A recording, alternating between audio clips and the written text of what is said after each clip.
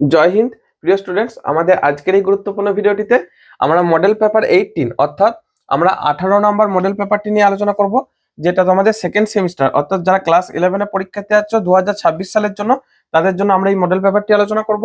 এবং অলরেডি আমাদের প্রথম দিকে যে মডেল পেপারগুলো অর্থাৎ স্যাম্পল পেপার বা শিক্ষা সংসদ নমুনা প্রশ্নপত্র এবং 1, 2, 3, 4 এই 5টা মডেল পেপার অলরেডি আলোচনা হয়েছে। এরপরে যে মডেল পেপারগুলো আসবে আমাদের লাস্ট টু ফার্স্ট অর্থাৎ শেষের দিক থেকে এরপর করানো হবে, একটা সাইকোলজি কাজ করে ক্ষেত্রে। ঠিক আছে, যে শেষ দিক থেকে হলে মনে হয় যেন খুব তাড়াতাড়ি শেষ হয়ে যাচ্ছে, আর প্রথম দিক থেকে মনে হয় যে আমার তো অনেকগুলো করে ফেলেছি, সুতরাং একটা কুড়েমি চলে আসে, সেটা যাতে না হয় তার জন্য আমরা লাস্ট টু ফার্স্ট এরপর আমরা আলোচনা করব। ঠিক আছে, এবং আমরা যে বইটা আলোচনা করব সেটা হচ্ছে রায় মার্টিন যে কোশ্চেন ব্যাংক অর্থাৎ ফিজিক্সের পার্টটা থেকে আমরা আলোচনা করব। এবং তার জন্য আমাদের এসপিডি সমাধান চ্যানেলকে অবশ্যই সাবস্ক্রাইব করে রাখতে ভুলবে না এই ধরনের গুরুত্বপূর্ণ ভিডিওগুলি পাওয়ার জন্য। এবং একই সাথে আমাদের পিডিএফ অ্যাভেলেবল এই ভিডিওর জন্য, অন্যান্য ভিডিওর মতো এই ভিডিওতে পিডিএফ অ্যাভেলেবল আছে। সেই পিডিএফ এর লিংক তোমরা পেয়ে যাবে ডেসক্রিপশন বক্সে, কমেন্ট বক্সে এবং কমিউনিটি ট্যাবে। তোমাদের পরীক্ষার টাইমে যাতে কোথাও ছোটাছুটি করতে না হয় বা তাড়াহুড়ো করতে না হয়, সেই সময় যাতে তোমরা সমস্ত সলিউশনগুলো একসাথে পিডিএফ আকারে বা লিখিত আকারে পেয়ে যেতে পারো, তার জন্য আমাদের এই পিডিএফ এর ব্যবস্থা। এবং তোমরা চাইলে নিচে ডেসক্রিপশন বক্সের লিংকে দেওয়া ক্লিক করে সেখান থেকে তোমরা পিডিএফটা কালেক্ট করতে পারো মাত্র 9 টাকার বিনিময়ে। ঠিক আছে, চলো তাহলে আমরা শুরু করি আমাদের মূল ভিডিওতে।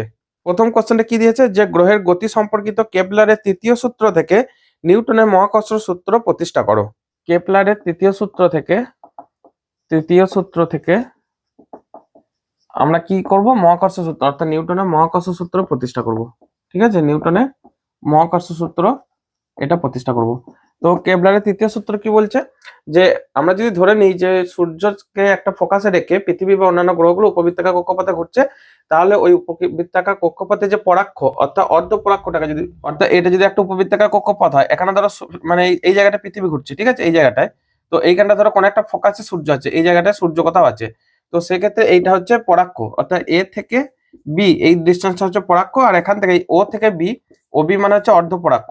ওকে, এটাকে ধরো আর দিয়ে ডিনোট করছি। তো আমাদের গণনার সুবিধার্থে আমরা এটাকে বৃত্তাকার কক্ষপথ নিয়ে আলোচনা করব। তো সেক্ষেত্রে বলছে যে এর যে টাইম পিরিয়ড অর্থাৎ যতক্ষণে সে পর্যায়কালটা কমপ্লিট করবে, মানে যতক্ষণে এক পাক ঘোরাটা কমপ্লিট করবে, সেই যে টাইম পিরিয়ড তার যে square T square proportional to R cube, অর্থাৎ পর্যায়কালের বর্গ প্রপোর্শনাল টু এই অর্ধ পরাক্ষ মানে ও থেকে বি বা ও থেকে এ, এই আর ধরো আর কিউব এর সাথে প্রপোর্শনাল। ঠিক আছে, তো এটা আমাদের কেপলারের তৃতীয় সূত্র। এখান থেকে আমরা নিউটনের মহাকর্ষ সূত্রটা আলোচনা করব। এখন কেপলারের তৃতীয় সূত্র আলোচনা করার জন্য আমরা ধরে নিচ্ছি এটা বৃত্তাকার কক্ষপথ, আমাদের জাস্ট গণনার সুবিধার্থে, আর কোনো কারণ নয়। ঠিক আছে, যেটা অন্যান্য মানে থিওরি তো করানো আছে আর কি, যেটা অলরেডি তোমরা থিওরিতে শিখে এসছো। অর্থাৎ এটা ধরো একটা বৃত্তাকার কক্ষপথ, এইখানে পৃথিবী ঘুরছে আর এইখানটা সূর্য আছে। ওকে, এটা হচ্ছে সূর্য। ঠিক আছে, তো এখান থেকে এর যে ডিস্টেন্স সেটা হচ্ছে আর, মানে এর সেন্টার থেকে এর সেন্টার অর্থাৎ কেন্দ্র থেকে কেন্দ্রের যে দূরত্ব সেটা হচ্ছে আর। আচ্ছা, এর ভর হচ্ছে ধরো এম, সূর্যের ভর হচ্ছে ক্যাপিটাল এম, আরো কিছু তথ্য মোটামুটি যেগুলো যা লাগবে। আর এই যে টোটাল যে মানে পরিভ্রমণ করছে এর যে দ্রুতি, সেই দ্রুতিটা হচ্ছে ভি। ঠিক আছে, আমি যেগুলো মুখে বলছি এগুলো ভাষায় লিখবো না, ভাষাতে খুব সুন্দর করে পিডিএফ এ লেখা আছে, তোমরা ওখানে ভালোভাবেই পেয়ে যাবে। তাই আমাদের যদি এত কিছু লিখতে হয় তাহলে ভিডিওটা মনে হয় 5 ঘন্টার উপরে চলে যাবে, সেটা করবো না। আমরা তোমাদের সুবিধার্থে মেন জায়গাগুলোকে মানে ক্লিয়ার করব। আর পিডিএফ এতে তো একদম পরীক্ষায় তুমি কিভাবে লিখবে, হুবহু কিভাবে লিখলে মোট কথা ফুল মার্কস যাতে করে পেতে পারো, সেইভাবেই পিডিএফ গুলো তৈরি করা আছে। ঠিক আছে, তো এখন দেখো কেপলারের সূত্র অনুযায়ী পর্যায়কালের বর্গ তাহলে T square proportional to R cube. আমি মুখে বলছি পর্যায়কালের বর্গ, বুঝে নেবে টিটা হচ্ছে পর্যায়কাল। ঠিক আছে, অত লেখার দরকার নেই এখানে। ওকে, তো মানে একসাথে লেখা প্লাস পড়া দুটোই চলছে আর কি। অতএব এখান থেকে লিখতে পারি টি স্কোয়ার সমান কে আর কিউব। ঠিক আছে, এটা 1 নম্বর সমীকরণ। এখন এইখানে যখন ঘুরছে আমরা তো জানি সেই তোমাদের ফার্স্ট সেমিস্টারে দেখো দ্বিতীয় গতিপথের যে সূত্র 2 পাই আর বাই ভি, এটা তো টি হয়, তাই তো। তো এখানে বসিয়ে দাও টি এর জায়গায়, তাহলে 2 পাই আর বাই ভি তার হোল স্কোয়ার সমান হচ্ছে কে আর কিউব, বা এখান থেকে 4 pi square R square by V square সমান কে আর কিউব, বা এখান থেকে ভি স্কোয়ার সমান 4 pi square R square by K R cube, মানে ভিটা ওখানে চলে গেল, এইটা এইদিকে নেমে গেল আর কি, ভি স্কোয়ারটা উপরে উঠে গেল। তাহলে এটা হচ্ছে 4 pi square by K R cube. আচ্ছা, একটা আর কেটে আছে কে আর, তাহলে 4 pi square by K into 1 by R. Okay, তো এটাই তো আসছে নাকি, ভি স্কোয়ার সমান এটা। এখন দেখো এই যখন ঘুরছে তখন তো প্রয়োজনীয় অভিকেন্দ্র বলটা এদের মধ্যে মহাকর্ষ বলটা যোগান দিচ্ছে, তাই তো। এখন অভিকেন্দ্র বল এই ঘূর্ণনের জন্য ব্র্যাকেট লিখে দিতে পারো, ঘূর্ণনের জন্য সমান হচ্ছে এম ভি স্কোয়ার বাই আর। তাহলে এম ইন্টু ভি স্কোয়ার মানে হচ্ছে এটা বসে এই ভি স্কোয়ারের টার্মটা 4 pi square by K into 1/r, আর ডিভাইডেড বাই আর একটা আর আছে, তাহলে বাই আর। ওকে, তাহলে এই মানটা আসছে, দেখো এই মানটা আসছে 4 pi square by K, 4 pi square K M by R square. ঠিক আছে, অর্থাৎ এই অভিকেন্দ্র বল যোগান দেয়, এই অভিকেন্দ্র বল যোগান দেয়, অভিকেন্দ্র বল যোগান দেয় মহাকর্ষীয় বল, মহাকর্ষীয় বল। ঠিক আছে, সেই বলটা হচ্ছে দেখো এই মানটা, অর্থাৎ 4 pi square by K into M by R square. এখন এই যে কনস্ট্যান্টটা 4 পাই স্কোয়ার বাই কে, এই মানটা হয় 4 পাই স্কোয়ার বাই কে, এটাকে যদি আমরা জি এম বসাই, ঠিক আছে, এমটা হচ্ছে সূর্যের ভর, তাহলে এটা হবে দেখো G M M, M into ছোট হাতের এম বাই আর স্কোয়ার। এটাই নিউটনের মহাকর্ষ সূত্র, আমি এখানে একবার ভালো করে লিখে দিচ্ছি, জি ক্যাপিটাল এম ছোট হাতের এম বাই আর স্কোয়ার। এটাই নিউটনের মহাকর্ষ সূত্র, মনে থাকবে। 4 পাই স্কোয়ার বাই কে, এটাকে সূর্যের ভরটা একটা কনস্ট্যান্ট ধরে নিয়ে, এটাকে জিটা মহাকর্ষ ধ্রুবক, এটাকে কনস্ট্যান্ট ধরে নিয়ে এই টার্মটা আমরা বসাচ্ছি। ঠিক আছে, এটাই আমাদের নিউটনের মহাকর্ষ সূত্র, এটাকে প্রমাণ করতে বলেছে, মানে আমাদেরকে আনতে হবে এইখান থেকে এইখানে নিয়ে আসতে হবে, এই যে ফর্মুলাটা থেকে এটাতে প্রমাণ করতে হবে। ঠিক আছে, বোঝা গেছে। নেক্সট পরের কোশ্চেন এসো, খুব ভালো করে পিডিএফ লেখা আছে, আরো ভালো করে যে ভাষাগুলো বা কথাগুলো লিখতে পারছি না, মুখে বলে যাচ্ছে, সেগুলো খুব সুন্দর করে ওখানে লেখা আছে, তাই পিডিএফটা তোমরা কালেক্ট করে নেবে। একের অথবা একটি উপগ্রহ রো ঘনত্বের গ্রহের ঠিক উপরে থেকে বৃহত্তর পথে, ঠিক উপরে থাকা মানে কি, জাস্ট ভূপৃষ্ঠের উপরে আছে এরকমটা ধরে নিতে হবে। বৃহত্তর পথে গ্রহটিকে আবর্তন করছে, কৃত্রিম উপগ্রহটির আবর্তনকালের রাশিমালা নির্ণয় করো। ওকে, এটা অলরেডি একবার মানে প্রথম দিকে যে মডেল পেপারগুলো লিখেছিলাম 1 2 3 4 এদের মধ্যে দেবো করানো হয়েছিল, আরেকবার করাচ্ছি। দেখো, একটা উপগ্রহ রো ঘনত্বের যার উপরে একটা কৃত্রিম উপগ্রহ প্রদক্ষিণ করছে, এর প্রদক্ষিণকালের বর্গ জানতে হয়েছে। ঠিক আছে, মানে প্রদক্ষিণকালের সূত্রটা জানতে হয়েছে। তো খেয়াল করো, আমি ধরে নিচ্ছি এই যে কৃত্রিম উপগ্রহটা যার ভর হচ্ছে ছোট হাতের এম, এ ভি দ্রুতিতে ঘুরছে, আর টি সময়ে, মানে টি সময়ে পর্যায়কালটা হচ্ছে টি। এই যে একটা গ্রহ, এই যে গ্রহটা, ঠিক আছে, এই গ্রহটা ঘনত্ব রো, ভরটা হচ্ছে বড় হাতের এম, ব্যাসার্ধ হচ্ছে ক্যাপিটাল আর। আমি আগে বলেছি লেখাগুলো সব পিডিএফ এ থাকবে, আমি তাই শুধু মুখে বলে যাবো, মেন এক্সপ্রেশনে ফোকাস করব। ওকে, তো এর চারপাশে যখন ঘুরছে, এদের মধ্যে যে মহাকর্ষীয় বল সেটাই তো। আর হ্যাঁ, বৃত্তাকার কক্ষপথ ছোট হাতে আর সমান বড় হাতে আর প্লাস এইচ, এইখান থেকে এই যে ডিস্টেন্সটা, মানে ভূপৃষ্ঠের উপর থেকে এইখান থেকে এই যে ডিস্টেন্স, এটা হচ্ছে এইচ বা উচ্চতা। তো সেক্ষেত্রে দেখো অভিকেন্দ্র, এটা একের অর, অভিকেন্দ্র বলে যোগান দেয়, অভিকেন্দ্র বলে যোগান দেয়, অভিকেন্দ্র বলে যোগান দেয় কে, মহাকর্ষীয় বল সমান মহাকর্ষীয় বল। ঠিক আছে, তাহলে এখান থেকে আমরা লিখতে পারি জাস্ট, মানে যেগুলো যা তথ্য লিখেছে, এটা হচ্ছে গ্রহটা, এটা কিন্তু গ্রহ, ঠিক আছে, আর ওইটা হচ্ছে কৃত্রিম উপগ্রহ। তো তাহলে এখানে দেখো জি ক্যাপিটাল এম ছোট হাতের এম বাই আর স্কোয়ার সমান M M V square by R. এই তথ্যগুলো একটু লিখে নাও। আচ্ছা, আমি কিছু তথ্য এখানে পুট করব, ভি সমান 2 pi R by V, 2 pi R by T, এটা পুট করবো কারণ পর্যায়কালটা আমাদের জানতে হয়েছে। আচ্ছা, এম মানে হচ্ছে 4/3 পাই আর কিউব, মানে আয়তন গণিত তার ঘনত্ব, মানে গ্রহের যে ভর সেটা আয়তন গণিত ঘনত্ব। এই তথ্যগুলো পুট করব, এমটা আগে কাটিয়ে দাও। আচ্ছা, আর এর জায়গায় আমি বসাবো এই যে এই মানটা, আর সমান আর প্লাস এইচ, আর সমান আর প্লাস এইচ, এবং এটাকে প্রায় লাস্টে এইচটাকে টেন্স টু 0 করে দিয়ে আর বসাবো লাস্টে। ঠিক আছে, প্রথম দিকে নয়। আচ্ছা, এই তথ্যগুলো আমি বসাতে থাকি। তাহলে জি এম এর জায়গায় বসাচ্ছি 4/3 pi R cube into rho by R square, মানে হচ্ছে আর প্লাস এইচ তার হোল স্কোয়ার সমান। আচ্ছা, 1/r মানে 1/r প্লাস এইচ। দেখো, আমি তথ্যগুলো পরপর এখান থেকে এখানে বসিয়ে যাচ্ছি। ভি স্কোয়ার, ভি স্কোয়ার মানে কি, এইটা 2 পাই আর বাই টি, তাহলে 2 পাই। আচ্ছা, আর মানে হচ্ছে আবার আর প্লাস এইচ, দেখো 2 পাই আর, এই আরটার জায়গায় R plus H by T গোটাটার হোল স্কোয়ার। এই রে ছবির ভিতরে ঢোকে গেল। ঠিক আছে, বুঝে নাও, অসুবিধা কিছু হবে না। ঠিক আছে, আমি এরপর কাটাকুটি করব। কি কি কাটাকুটি করব, দেখো কি করছি।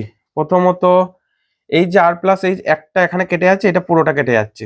ঠিক আছে, উপরে আর প্লাস এইচ তা হোল স্কয়ার, নিচে এখানে আছে, তাহলে আমি এখান থেকে টানছি, দেখো G into 4/3 pi capital R cube into rho, ঠিক আছে, বাই। আচ্ছা, এইটাকে নিচে নামিয়ে নিয়ে চলে এসো, এই 2 পাই তা হোল স্কয়ার মানে হচ্ছে 4 পাই স্কয়ার। ঠিক আছে, এই কোনাকুনি নামাচ্ছি, আর আর প্লাস এইচ, তাহলে আর প্লাস এইচ তার হোল সমান 1/টি, এটাই পড়ে রইল 1/টি স্কয়ার। ঠিক আছে, আচ্ছা এরপর উল্টি দাও, তাহলে এখান থেকে টি স্কয়ার সমান, এটাকে উল্টি দাও এবং আর প্লাস এইচ এটা জায়গায় প্রায় আর লেখো, যেহেতু প্রায় ঠিক এর উপরেই অবস্থা, অ্যাকচুয়ালি উপগ্রহটা ঠিক কাছাকাছি অবস্থা ধরে নিচ্ছি, যদি আমরা ছবিটা সেভাবে আঁকিনি কারণ বোঝার সুবিধাতে একটু দূরে রাখতে হয়েছে। ঠিক আছে, তাহলে এটাকে বসাও, টি স্কোয়ার এটাকে উল্টে দাও আগে, তারপর বসাবো 4 পাই স্কোয়ার, নাহলে ভুলে যেতে পারে। R plus H by G into 4 pi into R cube into rho. ঠিক আছে, এরপর পুট করছে দেখো 4 পাই স্কোয়ার, এখানে একটা পাই কেটে যাচ্ছে পুরো, আর 4টা কেটে যাচ্ছে। ঠিক আছে, কাটলো। তাহলে এখানে পড়ে থাকছে পাই, এটা হচ্ছে এই যে বললাম আর প্লাস এইচ এর জায়গায় আর লিখবো। আচ্ছা, কারণ ভূপৃষ্ঠের কাছাকাছি মানে এইচটা 0 ধরবো আর কি। জি এই নিচে 3 আছে তো উপরে দিকবাজিকে উপরে উঠে গেল, ইন্টু এখানে দেখো আর কিউব ইন্টু রো। এই আর পুরো কেটে যাচ্ছে, 3 সংখ্যাটা আছে এটা কেটে দিচ্ছি। ঠিক আছে, তাহলে কে পড়ে থাকছে 3 পাই/রো জি। ওকে, ভালো এক্সপ্রেশন। অতএব টি সমান এটা রুট করে দাও, রুট ওভার অফ 3 পাই/রো জি। ঠিক আছে, এটা আমি কথা ভালো করে লিখে দিই, এইখানটা লিখছি না। টি সমান রুট ওভার অফ 3 পাই/রো জি। এখান থেকে আরেকটা তথ্য দেখাতে বলে মাঝে মাঝে, যে দেখাও যে রো টি স্কোয়ারটা ধ্রুবক, কি করবে, টি স্কোয়ার সমান এটা, এই রুটটা উঠে যাবে, এই রোটা এইদিকে নিয়ে চলে আসবে, বাকি এই যে 3 পাই/জি এটা তো কনস্ট্যান্ট, তাহলে রো ইন্টু টি স্কোয়ার ধ্রুবক, এটাও মাঝে মাঝে পরীক্ষা দেয়, এটাও দেয়, মানে এটা অথবা রো ইন্টু টি স্কোয়ার ধ্রুবক এখান থেকে বার করাটা। ঠিক আছে, নো প্রবলেম। নেক্সট পরেরটা 2 দেখা কোশ্চেনটা, তারপর কি দিয়েছে দাঁড়াও দেখে নিই, আর কিছু নাই তো। হ্যাঁ, 2 তরলে আপাত প্রকৃত প্রসারণ গুণাঙ্কের সম্পর্কটি লেখো। আমরা অনেক জনা মানে যত পরীক্ষা এগিয়ে আসছে আমি খেয়াল করে দেখছি, যত পরীক্ষা এগিয়ে আসছে, আজকে তো হচ্ছে জাস্ট জানুয়ারি 3 তারিখ, 2026 জানুয়ারি 3 তারিখ। তো পরীক্ষা যত এগিয়ে আসছে তোমাদের পিডিএফ কেনার ধুমটা প্রচন্ড বাড়ছে, আমি এটা খেয়াল করে দেখছি। হ্যাঁ, ভিডিও দেখার ধুমটাও বাড়ছে আমি জানি, কারণ সেটা তো দরকার, পরীক্ষার টাইমে তো তোমাদের এগুলো দরকার। পিডিএফ কেনার ধুমটা খুব বাড়ছে, এর কারণ আমি বুঝতে পারছি যে ওই সময় তোমরা টাইমটাকে গুরুত্ব দিচ্ছ, যে ওই সময় অত ভিডিও খুঁজে দেখার থেকে মানে পিডিএফটাতে হাতে করে পেয়ে যাচ্ছ বা পেয়ে যাবে, ফলে একটা সুবিধা, আর তার জন্যই তো পিডিএফ গুলো বানানো। তো এটা খুব ভালো জিনিস, তোমাদের মধ্যে একটা পজিটিভিটি আমিও লক্ষ্য করছি। আর হ্যাঁ, এই জন্য আমারও পিডিএফ গুলো বানাতে ভালো লাগছে আর কি, পিডিএফ গুলো বানাতে ভালো লাগছে, ভিডিও দিতেও ভালো লাগছে, তোমাদের রেসপন্স ভালো পাচ্ছি। ঠিক আছে, এবং তোমরা এগিয়ে চলো, তোমাদের লাইফে একটা সুন্দর ভবিষ্যৎ নির্ভর করছে, তার জন্য যতটা আমরা সাহায্য করতে পারি অবশ্যই সাথে থাকবো। ওকে ওকে, নেক্সট 2 কোশ্চেনটা এসো। 2 আচ্ছা, তাহলে আপাত প্রকৃত প্রসারণ গুণাঙ্ক। আচ্ছা, আপাত প্রকৃত প্রসারণ গুণাঙ্ক জানো তো? এটা নিয়ে একটু সিম্পল একটা, সেই তোমরা ক্লাস মাধ্যমিকে দেখো এরকম একটা এক্সপেরিমেন্ট পড়েছিলে। ঠিক আছে, এটা ধরো একটা ফ্লাক্স। ওকে, তো এই ফ্লাক্সটাকে মানে বুনসেন বার্নার বা কোনো কিছু একটা দিয়ে গরম করা হচ্ছে, আর এটার মধ্যে জল আছে ধরো। ঠিক আছে, কালারফুল জল করা আছে। তো এই জলের লেভেলটা এখানটা একটা সরু পাইপের মতো করা আছে, এই জায়গাটা মানে অ্যাকচুয়ালি এইখানটা দিয়ে জলটা ঢুকবে আর কি, খুব সরু করে রাখা আছে, বাকি এই যে পার্টটা এটাতে জল যাবে না, এটা মানে অফ করা একরকম। তো দেখা যাবে যে এই মানে এটা এইভাবে আমি লিখে দিচ্ছি আর কি, এই জায়গাটা এইখানটাতে জল ঢুকবে না, বোঝা যাচ্ছে, এই শুধু সরু করে জলটা ঢুকবে। তো দেখা যায় যে প্রথমে এই যে জলের লেভেলটা ধরো সাপোজ এইখানটা করে ছিল, আমি বলছি এটা এ, তারপর দেখা যায় এই জলের লেভেলটা কিছুটা নেমে গেছে, যখন গরম করতে থাকি কিছুটা নেমে যায়, ফাইনালি ফের আবার সে উঠে এই সি দাগে যায়। এই যে বি থেকে সি, এখান থেকে এটা হচ্ছে প্রকৃত প্রসারণ।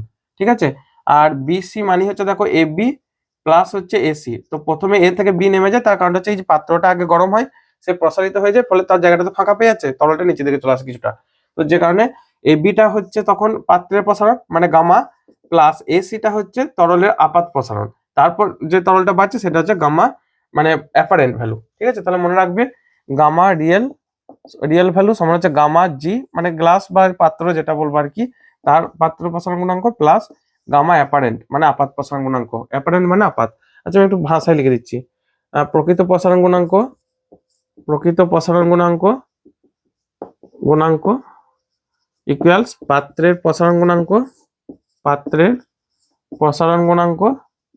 ঠিক আছে, প্লাস গামা অ্যাপারেন্ট মানে আপাত প্রসারণ গুণাঙ্ক, আপাত প্রসারণ গুণাঙ্ক। ঠিক আছে, তো এগুলো সংজ্ঞাগুলো তোমরা অলরেডি অনেকবার পড়েছো, জাস্ট সংজ্ঞার ক্ষেত্রে প্রকৃত বা আপাত এগুলো উল্লেখ করে দিলেই পুরো সংজ্ঞাটাই চেঞ্জ, ওইটাই বলা হয় আর কি। ঠিক আছে, যেমন ধরো প্রকৃত প্রসারণ গুণাঙ্কের সংজ্ঞা কি হয়, যে একক আয়তনে একক উষ্ণতা বৃদ্ধিতে তাহলে যে প্রকৃত প্রসারণ হয় সেটাই প্রকৃত প্রসারণ, আপাত বলে আপাত প্রসারণ গুণাঙ্ক, এটাই হচ্ছে তথ্য আর কি। ওকে, তো ভালো কোশ্চেন। আর এই পার্টটা মানে 18 নম্বর পেজটা কিন্তু অনেক সলিড কোশ্চেন আছে, বলতে পারা যায় এক প্রকার কঠিনও বটে। তো তোমাদের জন্য সেই জন্য এই লাস্টের দিক থেকে আবার চুজ করলাম, প্রথম দিকে কোশ্চেনগুলো খুব সোজা ছিল তাই এগুলো করতে ভালো লাগছিল না, খুবই সোজা, মানে 1 নম্বর 2 নম্বর 3 নম্বর 4 নম্বর এই যে মডেল পেপারগুলো দেখছিলাম খুবই ইজি দিচ্ছে। যাই হোক, আমরা এরপর একটা স্ট্র্যাটেজি ফলো করবো লাস্টের দিক থেকে ফার্স্ট। ঠিক আছে, ওকে, নেক্সট পরের কোশ্চেন এসো। 2 বি জলের ব্যতিক্রান্ত প্রসারণ কাকে বলে? 2 বি তোমরা ব্যতিক্রান্ত প্রসারণের জন্য এটা জানো তো, যে জলের আয়তন কিভাবে চেঞ্জ হয় উষ্ণতার সাথে, আয়তনটা জাস্ট এইভাবে দেখো একটা গ্রাফ ফলো করে, এই যে জায়গাটা এটা হচ্ছে 4 ডিগ্রি সেলসিয়াস, মাঝে এটা হচ্ছে ধরো 2 ডিগ্রি সেলসিয়াস, এটা ধরো 0 ডিগ্রি সেলসিয়াস, ঠিক আছে। বাকি এখানটা 6, এটা 8, 10 এইভাবে বাড়তে থাকে। তার মানে অন্যান্য পদার্থের মতো এটা নয়, প্রথমে 0 থেকে 4 পর্যন্ত আয়তনটা আস্তে আস্তে কমছে, তারপর 4 থেকে বাকি যত উষ্ণতা বাড়বে তখন অন্যান্য পদার্থের মতো এরও মানে আয়তনটা বাড়বে। এই যে ঘটনাটা, মানে প্রথমে এই যে 0 থেকে 4 পর্যন্ত আয়তনটা কন্টিনিউ কমছে, এই ঘটনাটা কি বলা হচ্ছে ব্যতিক্রান্ত প্রসারণ, মানে একটা বিপরীতধর্মী ঘটনা লক্ষ্য করা যাচ্ছে আর কি। ওকে, আর নেক্সট 2 এর অথবা জলের তাপমাত্রা 4 ডিগ্রি থেকে 0 ডিগ্রি সেলসিয়াস করলে আয়তন 99.8 থেকে 100 সিসি হয়, মানে সেমি কিউব হয়। 0 ডিগ্রি থেকে 4 ডিগ্রি সেলসিয়াসের মধ্যে জলের গড় আয়তন প্রসারণ গুণাঙ্ক নির্ণয় করো। ওকে, জাস্ট ফর্মুলা ফেলে দাও। দেখো ভিটি সমান V0 ইন্টু 1 প্লাস গামা টি, ঠিক আছে। গামা ডেলটি লিখতে পারো, মানে টেম্পারেচার যে চেঞ্জটা। তাহলে এখান থেকে ভিটিটা বলেছে দেখো টি টেম্পারেচারেতে মানে আয়তন 4 ডিগ্রি থেকে 0 ডিগ্রি, তাহলে 4 ডিগ্রি সেলসিয়াস। আচ্ছা আয়তনটা কত 99.8, তারপর হচ্ছে 100, তাহলে এটা দেখো 99.8 সমান V0, V0 মানে হচ্ছে এখানে 100, 0 ডিগ্রি সেলসিয়াসের যে আয়তন 1 প্লাস গামা ডেলটিটা চেঞ্জ হচ্ছে কত 4 থেকে 0, ঠিক আছে, এই মানটা। ওকে, মানে 4 থেকে 0 করা হচ্ছে তখন, তাই তো বলা হচ্ছে 4 ডিগ্রি সেলসিয়াস থেকে 0 ডিগ্রি করছে। আচ্ছা 4 থেকে 0 করছি যখন, এক কাজ করো তো এখানটা 0 - 4 করো, মানে কি বলতে চাইছি ডেলটি মানে হচ্ছে টি ফাইনাল মাইনাস টি ইনিশিয়াল। তাহলে আমি করছি 4 থেকে 0, তার মানে কি ফাইনালটা হচ্ছে 0 - 4, তাহলে -4 আসবে এটা, ঠিক আছে, এটা করবে। তো তাহলে মানটা গামার মানটা নেগেটিভ আসবে নাকি, গামার মান নেগেটিভ হয়ও না, এটা মনে রাখবে। তো জাস্ট মানে এখানে নেগেটিভ হওয়া চলবে না, কারণ হচ্ছে যে এমনিতে আমরা জানি যে আয়তন এক্ষেত্রে কমছে, কারণ হচ্ছে 0 থেকে 4 পর্যন্ত আয়তন কমে, আর এখানে উষ্ণতাটা কি বলছে 4 থেকে 0 করা হচ্ছে, মানে অ্যাকচুয়ালি আয়তন বাড়ছে, তো সেটাই এসছে এখানে। না এখানে কমেছে, তো সেটাই তো দেখাচ্ছি, ঠিক আছে। নাও ক্যালকুলেশনটা বার করি, অত ভেবে লাভ নেই। 99.8/100 সমান 1 - 4 গামা। আচ্ছা এখান থেকে 4 গামা সমান 1 - 99.8/100, তাহলে 100 - 99.8/100, এটা বিয়োগ করলে 8 থেকে 10 2, 99, তাহলে 0.2/100, মানে 2/1000। ওকে, তাহলে এখান থেকে গামা সমান 2/1000 ইন্টু 4, তাহলে কত দাঁড়াচ্ছে।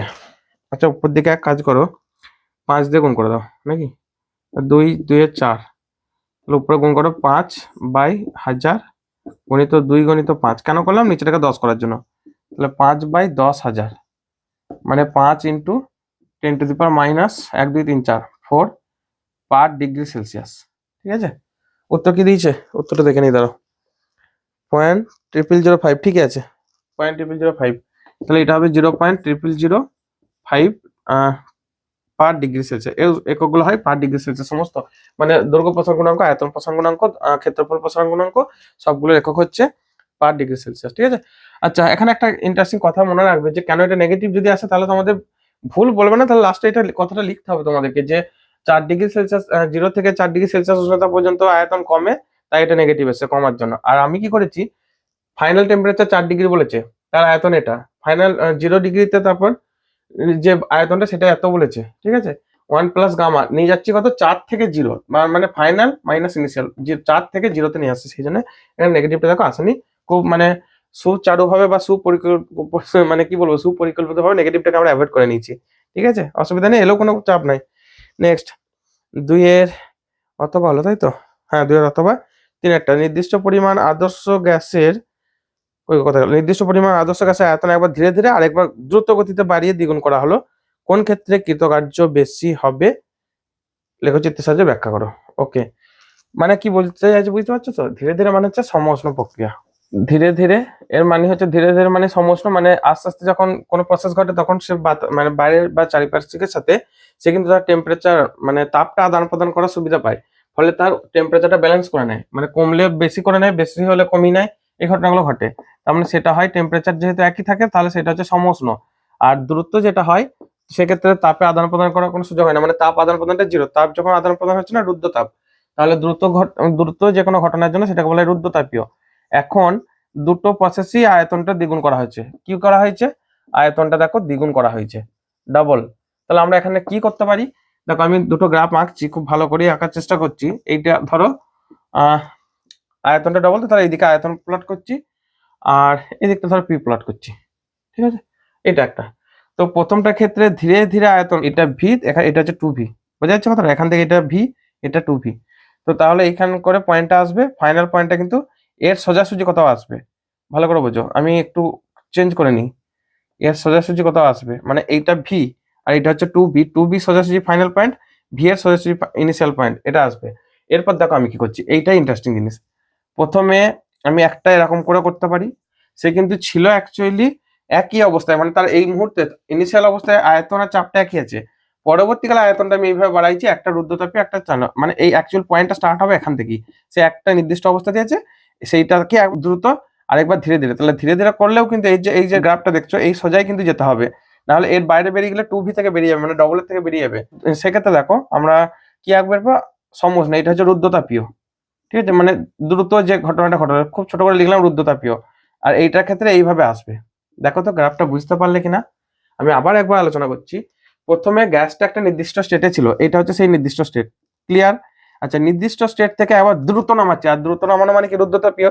রুদ্ধতাপীয় লেগগুলো একটু খাড়া হয়, মানে একটু এইভাবে হয়, আর সমুষ্ণ একটু শুয়ে শুয়ে যায়, আরাম করে শুয়ে শুয়ে যায়, ঠিক আছে? তো সমুষ্ণগুলো অতটা খাড়া হয় না, কিন্তু রুদ্ধতাপীয় একটু এইভাবে সোজা হয়ে খাড়া হয়।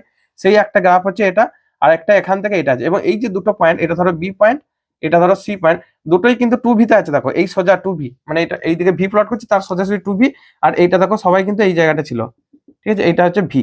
ওকে, এখন কোন ক্ষেত্রে কৃতকার্য বেশি? ডিডব্লিউ এর রাশিমালা কি হয়? পিডিভি, ঠিক আছে? আয়তনটা যখন চেঞ্জ হচ্ছে, এখানে তো আয়তনটাই চেঞ্জ হচ্ছে, ভি থেকে 2v, মানে ডিভিটা, ঠিক আছে? খেয়াল করো তো, আয়তন মানে অ্যাকচুয়ালি আবার এইটা গ্রাফটা হচ্ছে ওই যে, এই যে গ্রাফটা সে যতটা মানে ইয়ে করছে আর কি, ওই এরিয়া কভার করছে, সেটা হচ্ছে তার কৃতকার্য। তাহলে দেখো আমি একবার লিখছি, কি লিখবো, দাঁড়া একটু ভালো করে লিখি, এটা এ বি সি, এটাকে নাম দিচ্ছি এম, এটাকে এন নাম দিচ্ছি, ঠিক আছে? তাহলে রুদ্ধতাপীয় প্রক্রিয়া কৃতকার্য কোনটা? রুদ্ধতাপীয়, দেখো সেটা হচ্ছে এম এ বি এন, ঠিক আছে? এম এ বি এন, এই যে মানে ক্ষেত্রফলটা, যদি এটা একটা ক্ষেত্রফল বোঝাচ্ছে আর কি। আর একটা মানে আমি যে চিহ্নটা দিচ্ছি ওটা অ্যাকচুয়ালি চিহ্ন নয়, এটা চতুর্ভুজের চিহ্ন, চতুর্ভুজ নয়, এটা একটা গ্রাফ আছে, ঠিক আছে? আর সমষ্ণতে দেখো, সমষ্ণতে কি দাঁড়াচ্ছে, এম এ সি এন। খেয়াল করো তো কোনটার গ্রাফটার ক্ষেত্রফল বেশি, যেটা বেশি সেটা অ্যান্সার, ক্লিয়ার? তো দেখো কোনটা বেশি হবে, অবভিয়াসলি সমষ্ণের জন্য বেশি। সেই দেখো এতটা গ্রাফ, ভালো করে বোঝো, এটাকে আমি একটু কালারফুল করে দিই, সব থেকে ভালো হচ্ছে। তো দেখো রুদ্ধতাপের প্রক্রিয়ায় যে কৃতকার্য সেটা হচ্ছে এই গ্রাফটা, ঠিক আছে? এই গ্রাফটা, এই এরিয়াটা। আর সমষ্ণ প্রক্রিয়ায় যে কৃতকার্য সেটা দেখো এই গ্রাফটা, এই পুরো গ্রাফটা, আমি এটাকে এইভাবে আঁকছি, এই যে পুরো গ্রাফটা, বোঝা যাচ্ছে? তো লালটা, তার মানে বুঝতে পারছি সমষ্ণটা বেশি জায়গা নিচ্ছে, এতটা এরিয়া, ঠিক আছে? আমি অনেকবার ধরে পেনটা দেখাচ্ছি, আর রুদ্ধতাপীয় মাত্র এইটুকু এরিয়া, তার মানে কি সমষ্ণটা এই যে এই জায়গাটা এক্সট্রা নিয়ে নিচ্ছে, এই জায়গাটা দেখো অতিরিক্ত জায়গা নিচ্ছে, তারপরে তার ক্ষেত্রফল অবশ্যই বেশি, ফলে সমষ্ণ প্রক্রিয়ায় কৃতকার্য বেশি, ক্লিয়ার? ভাষাতে এটা লেখা থাকবে, তোমরা এখানে লিখবে, অতএব সমষ্ণ প্রক্রিয়ায় কৃতকার্য বেশি, কৃতকার্য বেশি, ঠিক আছে? খুব ভালো করে, এটা অনেকবার আমি মানে অনেকক্ষণ টাইম নিয়ে বললাম, খুব ইম্পর্টেন্ট একটা কোশ্চেন ছিল, যেটা তোমাদের একটা বেস্ট মানে কনসেপচুয়াল কোশ্চেন, ফিজিক্সের মতো কোশ্চেন এটা একটা। ওকে, পরেরটা, 3 অথবা 40% কর্মদক্ষতা সম্পন্ন একটি কাণ্ড ইঞ্জিনের তাপ আধারের উষ্ণতা 300 কেলভিন, উৎসের উষ্ণতা কি পরিমাণ বৃদ্ধি করা হলে ইঞ্জিনের কর্মদক্ষতা 60% হবে? তাপীয় ইঞ্জিন থেকে কোশ্চেনটা এসছে আর কি। কর্মদক্ষতার যে ফর্মুলা হয় জানো, ইটা সমান 1 - T2/T1। এখানে T1টা হচ্ছে উৎসের টেম্পারেচার, মানে তাপীয় উৎসের তাপমাত্রা বা উষ্ণতা, ঠিক আছে? আর T2টা হচ্ছে আধারের উষ্ণতা, যেটা তাপ শোষণ করছে আর কি, আধারের উষ্ণতা। তোমাদের কার্নো ইঞ্জিনের ছবি মনে আছে, আশা করি আঁকছি না আর কি, আধারের উষ্ণতা, ঠিক আছে? তো এখন দেখো আমাদের প্রথমে বলেছে এটা সমান 40%, তাহলে 40% সমান T2 1 - T2টা বলেছে 300 কেলভিন, T1টা বার করে নাও।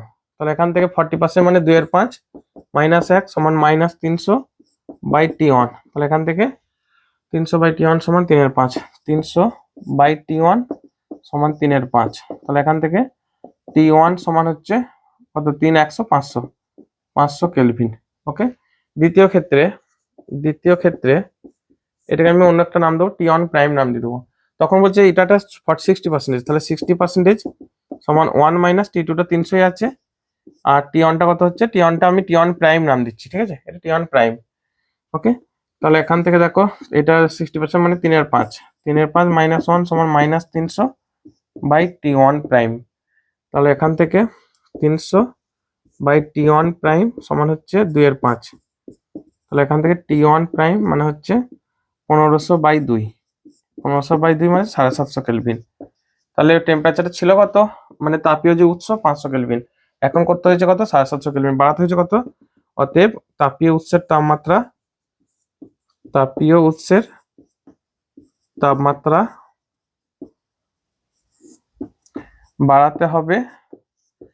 বাড়াতে হবে সমান 750 মাইনাস 500 সমান 250 কেলভিন। ঠিক আছে, তোমাদের জটিল যে সব মানে প্রবলেমগুলো সেগুলো সবই সলিউশন করে দেবো, যেগুলো মুখে বলা যাবে জাস্ট মুখে বলে ভাষাতেই কমপ্লিট হবে সেগুলো অবশ্যই পিডিএফেই ছেড়ে দেবো। ঠিক আছে, এগুলো সবই থাকবে পিডিএফে, কারণটা হচ্ছে অত টাইম তো চলবে না, তাহলে তোমাদেরও মানে একই জিনিস বারবার শুনতে হতে বিরক্তি ধরে যাবে। ওকে, 3 কমপ্লিট। 4টা, একটি আদর্শ গ্যাসের স্বাধীনতার মাত্রা এফ এবং গ্যাসের 2 প্রকার আপেক্ষিক তাপের অনুপাত গামা অর্থাৎ সিপি বাই সিবি এর মধ্যে সম্পর্কটা স্থাপন করতে বলেছে। সিম্পল করে নাও, এন মোল গ্যাসের মোট আভ্যন্তরীণ শক্তি এই যে রাশিমালাটা হয় সেটা হচ্ছে ইউ সমান F/2 আর টি, আর একটা এন থাকে এন মোলের জন্য। ঠিক আছে, অতএব 1 মোল গ্যাসের আভ্যন্তরীণ শক্তি আর কি। তাহলে এটাকে ইউ প্রাইম লেখো, ইউ সমান হচ্ছে ইউ প্রাইমকে এন দিয়ে ভাগ করে দাও, তাহলে F/2 আর টি। ঠিক আছে, ক্যাপিটালে লিখছি। অতএব সিভি এটা হয় ডিইউ ডিটি মানে হচ্ছে আভ্যন্তরীণ শক্তি যে টেম্পারেচার সাপেক্ষে যে চেঞ্জটা আর কি। তাহলে এটা হবে ডিডিটি অফ F/2 আর টি। তাহলে দেখো এটা কি আসছে, ডিডিটি অফ টিটা 1 হয়ে যাবে, তাহলে F/2 আর ইন্টু 1 সমান F/2 ইন্টু আর। ওকে, অতএব স্থির চাপে মোলার আপেক্ষিক তাপ, এটা স্থির আয়তনে হলো ভিটা, স্থির চাপে মোলার আপেক্ষিক তাপ এটা মান হয় দেখো সিপি প্লাস আর, না কি লিখলাম সিপি, আচ্ছা সিপি মানে হচ্ছে দেখো সিভি প্লাস আর, কারণ তোমরা জানো সিপি মাইনাস সিভি সমান আর হয়। ঠিক আছে, তাহলে এটাকে এখানে লিখে দাও F/2 ইন্টু আর প্লাস আর সমান F/2 প্লাস 1 ইন্টু আর। ওকে, অতএব গামা সমান সিপি বাই স্থির আয়তন মোলার আপেক্ষিক তাপ মানে সিপি বাই সিবি। ঠিক আছে, সিপির মান বসিয়ে দাও F/2 প্লাস 1 ইন্টু আর। ওকে, আর সিবির মান বসিয়ে দাও F/2 ইন্টু আর কাটিয়ে দাও, তাহলে 1 প্লাস 2 বাই এফ। অতএব gamma equals 1 plus 2 by F. এটা বহুবার প্রমাণটা করানো হচ্ছে, মানে প্রায় প্রত্যেকটা মডেল পেপারেই ধরো হচ্ছে এরকমই ব্যাপারটা আর কি, তাই ভালো করে করবে, বুঝতে পারছো কতটা ইম্পর্টেন্ট। ওকে, 4 অথবা 76 সেমি পারস্তম্ভের চাপে এবং 27 ডিগ্রি সেলসিয়াস উষ্ণতায় 20 সেমি কিউব গ্যাসের মধ্যে অণুর সংখ্যা নির্ণয় করো। ও 27 ডিগ্রি সেলসিয়াস তাপমাত্রায় অণু প্রতি গড় গতিশক্তি 4 × 10⁻⁻14 আর্গ এবং জি এর মান 980, মানে অনেক তথ্য দিয়েছে। 4 অথবা তোমরা জানো কি জানো বলতো, পি সমান 1/3 রো সি স্কয়ার।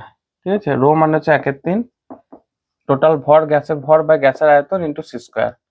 ঠিক আছে, তাহলে এখান থেকে দেখো পিভি সমান, এটা গ্যাসের চাপের ফর্মুলা, পিভি সমান 1/3 এম সি স্কয়ার। ওকে, এখন এম মানে হচ্ছে গ্যাস অণুর মোট ভর, গ্যাস অণুর মোট ভর। ওকে, মানে হচ্ছে এম ইন্টু ক্যাপিটাল এন। এখানে এম মানে হচ্ছে প্রতিটা অণুর ভর, প্রতিটা গ্যাস অণুর ভর আর কি, প্রতিটি গ্যাস অণুর ভর, আর এনটা হচ্ছে অণুর সংখ্যা। এটা আমাদের বার করতে হবে, অণুর সংখ্যা যেটা মান কত সেটা আমাদেরকে বার করতে হবে। ঠিক আছে, তাহলে এখানটা এক কাজ করি, মানগুলো বসিয়ে দাও। পিভি সমান 1/3, এম মানে কত, M into capital N into C square. তাহলে এখান থেকে এন মানে হচ্ছে আমরা বার করতে হবে PV 3 PV by M C square. So 3 PV, আচ্ছা পি এর মানটা দেখো এইভাবে আছে, পি এর মান দেওয়া আছে, পি সমান রো জি এইচ ফর্মুলা জানো তো, ওইটাই বসাবো। আচ্ছা এম, এটাকে লেখো half into MC square into 2, এটা করতে পারি তো। এই হাফ, এই সমান হচ্ছে হাফ এমসি স্কোয়ার, ই সমান হাফ এমসি স্কোয়ার, মানে প্রত্যেকটা অণুর গতিশক্তি। তাহলে এটাকে লিখে দাও 3 PV বাই 2E, এই জায়গাটা ই লিখছি। তো এখন 3P মানে হচ্ছে rho GH into V by twice, এরপর সব মান বসিয়ে দাও, যা আছে সব বসিয়ে দাও। 3 ইন্টু রো মানে পারদের ঘনত্ব 13.6, জিটা 980, এইচ পারদের যে পারস্তম্ভ উচ্চতাটা 76, আয়তন 20 সেমি cube, divided by 2 into eta বলে দিয়েছে দেখো গতিশক্তি 4 ইন্টু 10⁻⁻14, হ্যাঁ এরকম একটা মান, এত আগ, তাহলে 4 ইন্টু 10⁻⁻14। তো টিটা লাগছে না কোথাও নাকি, টেম্পারেচারটা লাগেনি, এটা একটু ক্যালকুলেট করো। তো এই মানটা আসছে 7.59 10⁻20, মানে প্রায় 7.6 ইন্টু 10⁻20। ঠিক আছে, এই হচ্ছে মানটা। কি বার হচ্ছে অনুসংখ্যা, একক কি হবে, একক টি নাকি, এতগুলো। আচ্ছা এখানে 7.5 দিয়েছে, প্রায় কাছাকাছি মান বলা ভুল, আর 7.5 আর 7.6 মানটা অনেকটা চেঞ্জ, বুঝলে তো। তার কারণটা হচ্ছে ইন্টু 10⁻20 আছে, দেখো এই যে 10⁻20 আছে, তো এটা কিন্তু একটা হিউজ মান। যাই হোক আমাদের এটা এসছে ক্যালকুলেশনে, সেটা রাখবে। ঠিক আছে, 4 অথবা কমপ্লিট 5টা দেখাও যে ক্ষুদ্র কৌণিক বিস্তার 4 ডিগ্রি এর থেকে কম বিশিষ্ট সরল দোলকের গতি হলো সরল দোল গতি। ধরো এই যে পিণ্ডটা ভর হচ্ছে এম, তাহলে এর যে ওজনটা, এর ওজনটা কোন দিকে কাজ করছে, দেখো এই নিচের দিকে এমজি কাজ করছে।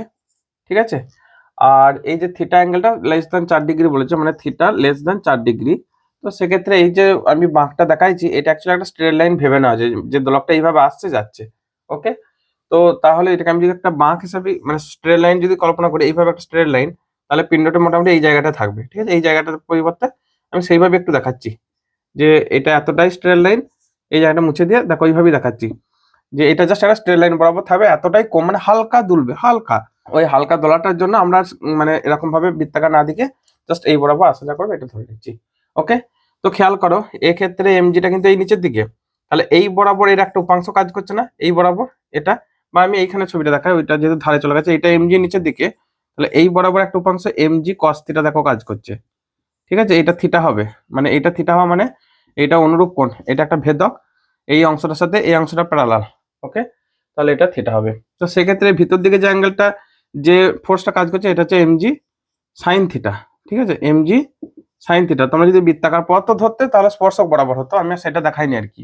ওকে, তাহলে এখানে এফটা হচ্ছে দেখো, এফ সমান হচ্ছে মাইনাস এমজি সাইন থিটা। ঠিক আছে, কেন হচ্ছে এটা, মানে প্রত্যানায়ক যে বলটা সেটা এটা কাজ করছে। এখন থিটা যদি প্রায় টেন্স টু 0, মানে 4 ডিগ্রি থেকে কম বলেছে, মানে তো প্রায় 0 কাছাকাছি, তাহলে তখন সাইন থিটাটাকে প্রায় লেখো, থিটা এটাকে প্রায় ট্যান থিটা আকারে লেখো। তাহলে এখান থেকে এফ সমান মাইনাস এমজি সাইন থিটাটাকে থিটা লেখো, বা এফ সমান, এটা এফটা হচ্ছে প্রত্যানায়ক বল, তাহলে মাইনাস এমজি এটাকে ট্যান থিটা ভাবো। ঠিক আছে, এরপর ট্যান থিটা ভাবো, মানে মাইনাস এমজি ট্যান থিটা মানে আবার কি আছে দেখো, এটা একটা সমকোণী ত্রিভুজ হিসেবে কল্পনা করো। তা ট্যান থিটা মানে এখান থেকে এটা হচ্ছে এক্স, মানে যতটা সরণ হয়েছে ধরে নাও, আর এটা হচ্ছে সূত্র অ্যাকচুয়াল লেন্থ এল, তাহলে এক্স বাই এল লম্ব, এই থিটা সাপেক্ষে লম্ব বাই ভূমি। ঠিক আছে, তো এইভাবে ভাবো, তাহলে এটা হচ্ছে এক্স বাই এল, তাহলে এখান থেকে কি দাঁড়াচ্ছে, এফ সমান minus MG by L into X. আচ্ছা এফ মানে তো কি হয় গো, প্রত্যানায়ক বল, এ ত্বরণ কাজ করলে এম এ, এম এ সমান minus MG by L into X, আর এমটা কেটে দাও, এম মানে হচ্ছে D square X DT square. ঠিক আছে, সমান মাইনাস এই জি বাই এলটাকে ওমেগা স্কোয়ার ধরো ইন্টু এক্স, তাহলে D square X DT square plus omega square X, এটাই তো সরল দোলগতির সমীকরণ, তাই না। এখানে ওমেগা স্কোয়ার মানে হচ্ছে G by L, omega square সমান হচ্ছে জি বাই এল, এখান থেকে টি সমান টয়েস by root L by G আসে, অর্থাৎ পর্যায়কাল বার করতে দিলে টি সমান টয়েস পাই বাই ওমেগা, তো তাহলে টয়েস পাই এটা উল্টে যায় রুট এল বাই জি, তোমরা জানো এটা পর্যায়কালের ফর্মুলা। ঠিক আছে, তো এটা একটা এসএইচ বা সিম্পল হারমোনিক মোশনের ইকুয়েশন। ঠিক আছে, বাড়বে, কোনো অসুবিধা নাই।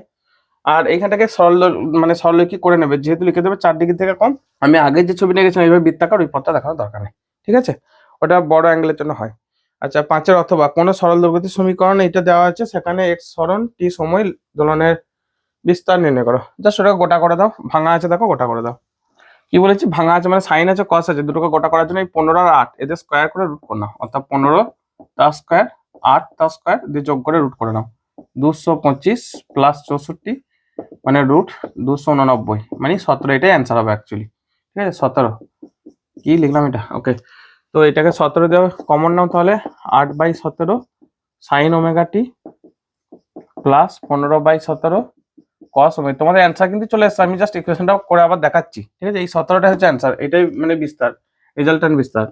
তাহলে 17, এটাকে যদি আমরা একটা ত্রিভুজ করে নিই এইভাবে, এটা ধরো একটা সমকোণী ত্রিভুজ, এটা থিটা অ্যাঙ্গেল, এটা 90 ডিগ্রি। তাহলে এই 8/17, এটা 8, এটা অতিভুজটা 17, এটা হচ্ছে 15। তাহলে 8/17 মানে কস, তাহলে কস ফাই বা cos theta sine omega T plus 15/17, 15/17 মানে হচ্ছে sine theta cos omega T, এই আকারে ধরে নাও। তাহলে তো হয়ে যাচ্ছে 17 sine of omega T plus theta, এটা এক্স, আর এক্স সমান A sine omega T plus theta, এই আকারেই তো আছে আমাদের, তাই না? তাহলে এটা হচ্ছে কত, 17, অর্থাৎ রেজাল্টেন্ট বিস্তারটা হচ্ছে 17। সেমি থাকলে সেমি, মিটার থাকলে মিটার, যা দিয়েছে সেটাই। কি দিয়েছে এখানে বিস্তার, এক্স হলো সরণ, কিছু দেয়নি, মানে তোমরা এই 17 লিখবে। আচ্ছা, অথবা 13 দিয়েছে, ভুল করলাম কিছু? 13 কেন হবে, 15 15 225, 4 5 9 6 2 8, হ্যাঁ 17 হবে। আচ্ছা, ওর উত্তরটা ভুল আছে বুঝলে, ওটা 13 সেমি দিয়েছে, 13 নয়। ওটা যদি 169 আসতো এখানে তাহলে হতো, সেটা কখনো তো 5-এ হয় আর 8 কি হয় বলো তো, 5-এ হয় আর 12-তে হয়, সেটা হলে 13 হয়, তাই তো। 5 square plus 13 square, 5 square plus 12 square মানে হচ্ছে 13 স্কোয়ার, কিন্তু এখানে সেটা দেয়নি। 5 আর কত দিয়েছে, 15 আর 8 দিয়েছে, সুতরাং এটা হবে, ঠিক আছে, 17 হবে। ওকে, সেকশন বি ঢুকছি। এই পেজটা বড় বড় কোশ্চেন দিয়েছে, যেখানে টাইম লাগছে অনেক। কৃত্রিম উপগ্রহে গতিশক্তি স্থিতিশক্তি রাশিমালা নির্ণয় করো, 6-এর এ। তো আগের যে ফর্মুলা, এটা ধরো পৃথিবী, যার ভর এম, ঠিক আছে, এখান থেকে চারপাশে একটা বৃত্তাকার কক্ষপথে, আমি কৃত্রিম উপগ্রহ আঁকছি না, জাস্ট এই একটা বিন্দু করে দিচ্ছি এম, এটা হচ্ছে কৃত্রিম উপগ্রহ ধরে নাও, ঠিক আছে। তো এর যে গতিশক্তি স্থিতিশক্তি রাশিমালা, তাহলে এক কাজ করো, কেউ বলছি যেটা লিখছি না তো, যে এদের মধ্যে মহাকর্ষীয় বলটা অভিকেন্দ্র বলের যোগান দেয়, তাহলে F gravitation equal to F centrifugal force, মানে সেন্ট্রিপেটাল ফোর্স, সরি, অভিকেন্দ্র বল। তাহলে এখান থেকে দেখো এফ জি মানে হচ্ছে G capital M M by R square সমান হচ্ছে এফ সেন্ট্রিপিটাল ফোর্স, সেটা হচ্ছে M V square by R. Okay, তাহলে এখান থেকে ভি স্কোয়ার সমান জি এম বাই আর, এটা একটা আমাদের নর্মাল, এটা আর কি বেরিয়ে আসবে। আমাদের বার করতে কি দিয়েছে বলতো, গতিশক্তি স্থিতিশক্তি রাশিমালা। অতএব গতিশক্তি হাফ এম ভি স্কোয়ার, মানে হাফ এম ভি স্কোয়ার, মানে বসিয়ে দাও, এটা G M by R capital R সমান জি এম এম, মনে রাখবে এটা 2r, আচ্ছা এটা ক্যাপিটাল আর নয়, ছোট হাতের আর, 2r, এটা হচ্ছে পজিটিভ রাশি। গতিশক্তি অল টাইম পজিটিভ, এটা মুখস্থ রাখবে, কারণ গতিশক্তি এই যে এমটা, এটা ভরটা কখনো নেগেটিভ হয় না, আর ভি স্কোয়ার আছে তো স্কোয়ার টার্ম তাহলে নেগেটিভ হতে পারে না, ঠিক আছে, মানে মাইনাস স্কোয়ার গুলো প্লাস হয়ে যায়। আর স্থিতিশক্তি এই রাশিমালাটা একটু মুখস্থ রাখো, minus G M M by 2r, এটা এখানে প্রমাণ করতে দিলাম না, জাস্ট কি লিখলাম, এটা minus G M M by R, এটা ঠিক আছে। মহাকর্ষীয় বিভবের ধারণা থেকে যে এম ভরে বস্তুকে নিয়ে আসতে, এটা ক্যালকুলেশনটা করলাম না, ইন্টিগ্রেশন সাহায্যে ক্যালকুলেশনটা করতে হতো, অত দরকার নেই। ক নম্বর দিয়েছে বলো না, 2 নম্বর দিয়েছে, অত করতে হবে না, ঠিক আছে। ক্যালকুলেশনটা আমি হালকা করে এখানে বলে দিচ্ছি, যে এর যে ফিল্ড অ্যাট্রাকশনটা, মানে বস্তুকে টানছে তার জন্য যে আকর্ষণ বল, সেটা হচ্ছে জি ইন্টু ডিআর সরাতে কৃতকার্য, আর আকর্ষণ বল যেদিকে সেই দিকে সরাচ্ছে তাহলে নেগেটিভ আর কি। তো এখান থেকে দেখো মাইনাস জিটা হচ্ছে জিএম বাই আর স্কোয়ার, ঠিক আছে, ইন্টু ডিআর, তার ইন্টিগ্রেশন করলে এটা আসবে দেখো minus DR by R square জন্য 1/r জি এম, ঠিক আছে, জিএম বাই আর। তাহলে এটা হচ্ছে একক ভরকে সরাতে যে কৃতকার্য, আমি ধরো এটাকে নাম দিচ্ছি ইউ, তাহলে এম ভরকে সরাতে কত কৃতকার্য হবে, এম ইন্টু ইউ, অর্থাৎ এটা একটা এম গুণ হয়ে যাবে, ঠিক আছে। আর এখানে একটা নেগেটিভ আসবে যে, আচ্ছা এখান থেকে ইনফিনিটিভ টু আর হতো আর কি, আর টু ইনফিনিটিভ নাকি, আর টু ইনফিনিটিভ, তাহলে এখানে নেগেটিভ আসবে, মানে বিভবের সঙ্গে নেগেটিভ থাকে, ঠিক আছে, minus G M M by R, এই জায়গাটা, এটাকে যদি ক্যালকুলেশনটা করা হয়। তো এই ক্যালকুলেশনটা লাগছে না বলে আমি অত ডিটেলসে করলাম না, এখানে হালকা করে বললাম, তোমরা করে নাও। অতএব মোট শক্তি, এখানে শুধু এই দুটোই বলেছে, মোট শক্তি, তাহলে এটা হবে minus G M M by R plus G M M by 2r সমান হচ্ছে minus G M M by 2r। এটা খুব ইন্টারেস্টিং একটা রাশিমালা, কারণ অ্যাকচুয়ালি কিন্তু এদের নেগেটিভ হচ্ছে, আবার আরটা কমছে বাড়ছে, এই জিনিসগুলোতে একটা ব্যাখ্যা আছে, ভালো ভালো করে পড়ে রাখবো এই জায়গাটা। আমার এখন পরীক্ষায় মানে এখানে কোশ্চেনটা বলেনি বলে আমি বললাম না, ভূ সমলয় উপগ্রহ কি এগুলো একটু ভাষায় বলে দিচ্ছি, ঠিক আছে? যে এটা ধরো পৃথিবী নিরক্ষীয় অঞ্চল, এটা যদি পৃথিবী নিরক্ষীয় অঞ্চল হয়, তো এই যে এইটা ধরো নিরক্ষীয় অঞ্চল, এর চারপাশে এই কক্ষপথ ধরে মানে এই বরাবর সে ঘুরছে, এটাকে দেখানোর ক্ষেত্রে আমরা এইভাবে দেখাচ্ছি যে কয়েকটা বৈশিষ্ট্য আছে। এক নম্বর হচ্ছে তার যে প্রদক্ষিণ কাল সেটা পৃথিবীর প্রদক্ষিণ কালের সাথে সমান হবে 24 ঘন্টা। আর পৃথিবী থেকে ভূপৃষ্ঠ থেকে প্রায় 36,000 কিলোমিটার উচ্চতা অবস্থান করছে। আর সেখান থেকে দেখলে পৃথিবীর কোনো প্রান্ত থেকে দেখলে তাকে স্থির বলে মনে হবে, আর নিরক্ষীয় তলে অবস্থান করবে। এই তথ্যগুলো একটু দেবে। এটা হচ্ছে ভূসমলয় উপগ্রহ, ঠিক আছে? নেক্সট পরের কোশ্চেনটা কি বলেছে, একটি বস্তুকে ভূপৃষ্ঠ থেকে ভি প্রাথমিক বেগে উপরের দিকে ছড়া হলো, দেখাও যে বস্তুটি যে উচ্চতা পর্যন্ত উঠবে তার মান হবে এইচ। এখান থেকে আবার মুক্তিবেগের রাশিমালা নির্ণয় করতে বলেছে, ঠিক আছে?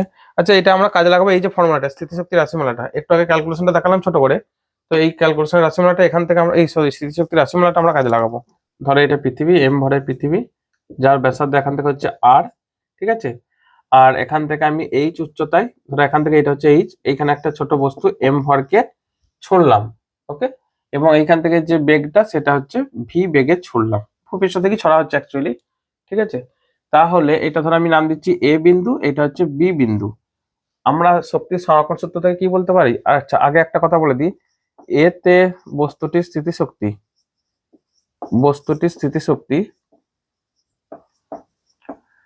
এগুলো লেখার দরকার ছিল কি? একবারে এক্সপ্রেশন লিখলেও তোমরা বুঝতে পারবে।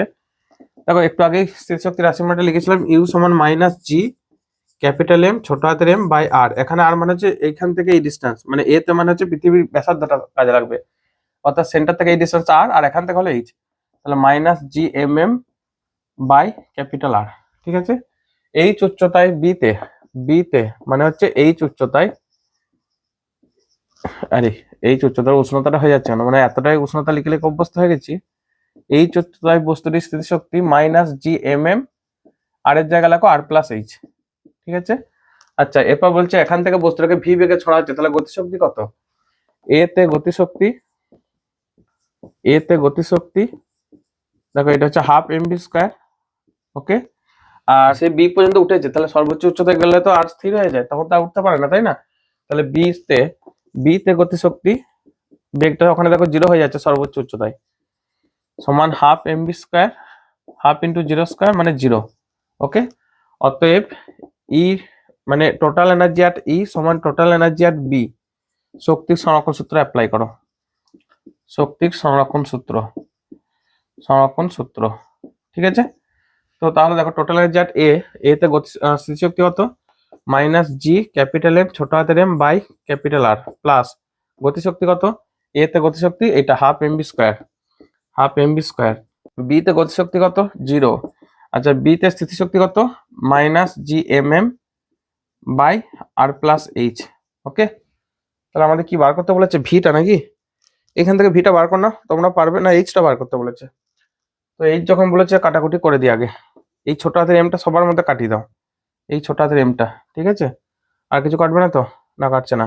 তাহলে GM by capital R plus V square by 2 সমান, আচ্ছা এটা minus GM by capital R সমান minus GM by R plus H, এটাকে যোগটা করি। তাহলে এখান থেকে দেখো 2r, ঠিক আছে? 2r minus 2gm plus V square R, okay, সমান minus GM by R plus H. আচ্ছা, এখানে জিএম সমান জি আর স্কয়ার বসিয়ে দাও তো, জিএম সমান জি আর স্কয়ার, এই ফর্মুলাটা বসিয়ে দেবে, মানে জিএম বাই আর স্কয়ার মানে তো ছোট হাতের জি অভিকর্ষ ত্বরণ, সেটা বসিয়ে দাও। তাহলে এখান থেকে দেখো ভি স্কয়ার আর মাইনাস, অর্থাৎ V square R minus 2 G R square by নিচে 2r, তার মানে একটা কাটছে আর কি, 2r সমান জিএম মানে হচ্ছে minus G R square by R plus H. আর বোর্ডে কুলবে না, তোমরা স্ক্রিনশট নিয়ে নাও তাড়াতাড়ি, এটা মুছতেই হবে।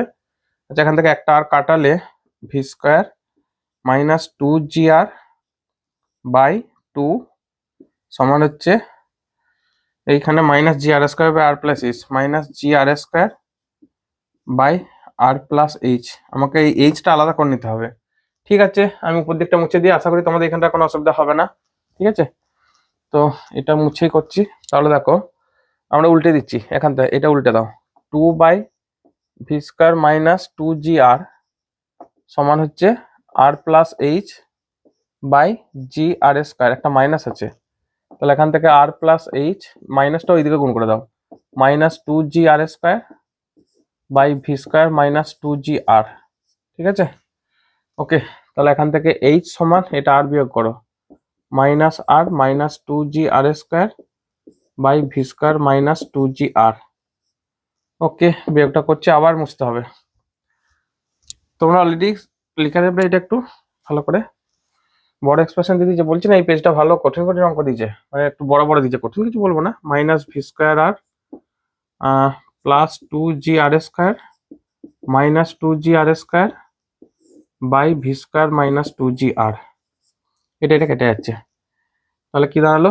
অতএব এইচ সমান, এই মাইনাসটা যদি কি করতে বলেছে দেখি, ধরো two G R minus V square, ঠিক আছে, মাইনাস উঠিয়ে দিচ্ছে, মানে মাইনাস ভি স্কোয়ার উপর নিচে মাইনাস দিয়ে গুণ করে দিচ্ছে, তাহলে V square R by V square minus two G R, তো এটাকে করে দিচ্ছে two G R minus V square. Okay, ভালো এক্সপ্রেশন, একটা খুব ইম্পর্টেন্ট। এখান থেকে মুক্তিবেগের রাশিমালা, মুক্তিবেগ কি হয় গো, যখন মুক্তিবেগে চলে যায় তখন এটা আস্তে আস্তে ইনফিনিটিভ হয়ে যায় না, মানে এইচটা ইনফিনিটিভ দিকে চলে যায়, অর্থাৎ অসীমে চলে যায় আর ফিরে আসে না। তাহলে এক কাজ করো, ভি যখন ভিটাকে লেখো ভিই, তখন এইচটাকে লেখো ইনফিনিটিভ। ঠিক আছে, আচ্ছা এটা আমি মুছে দিচ্ছি, এই দিকগুলো এগুলো আর লাগছে না তোমাদের।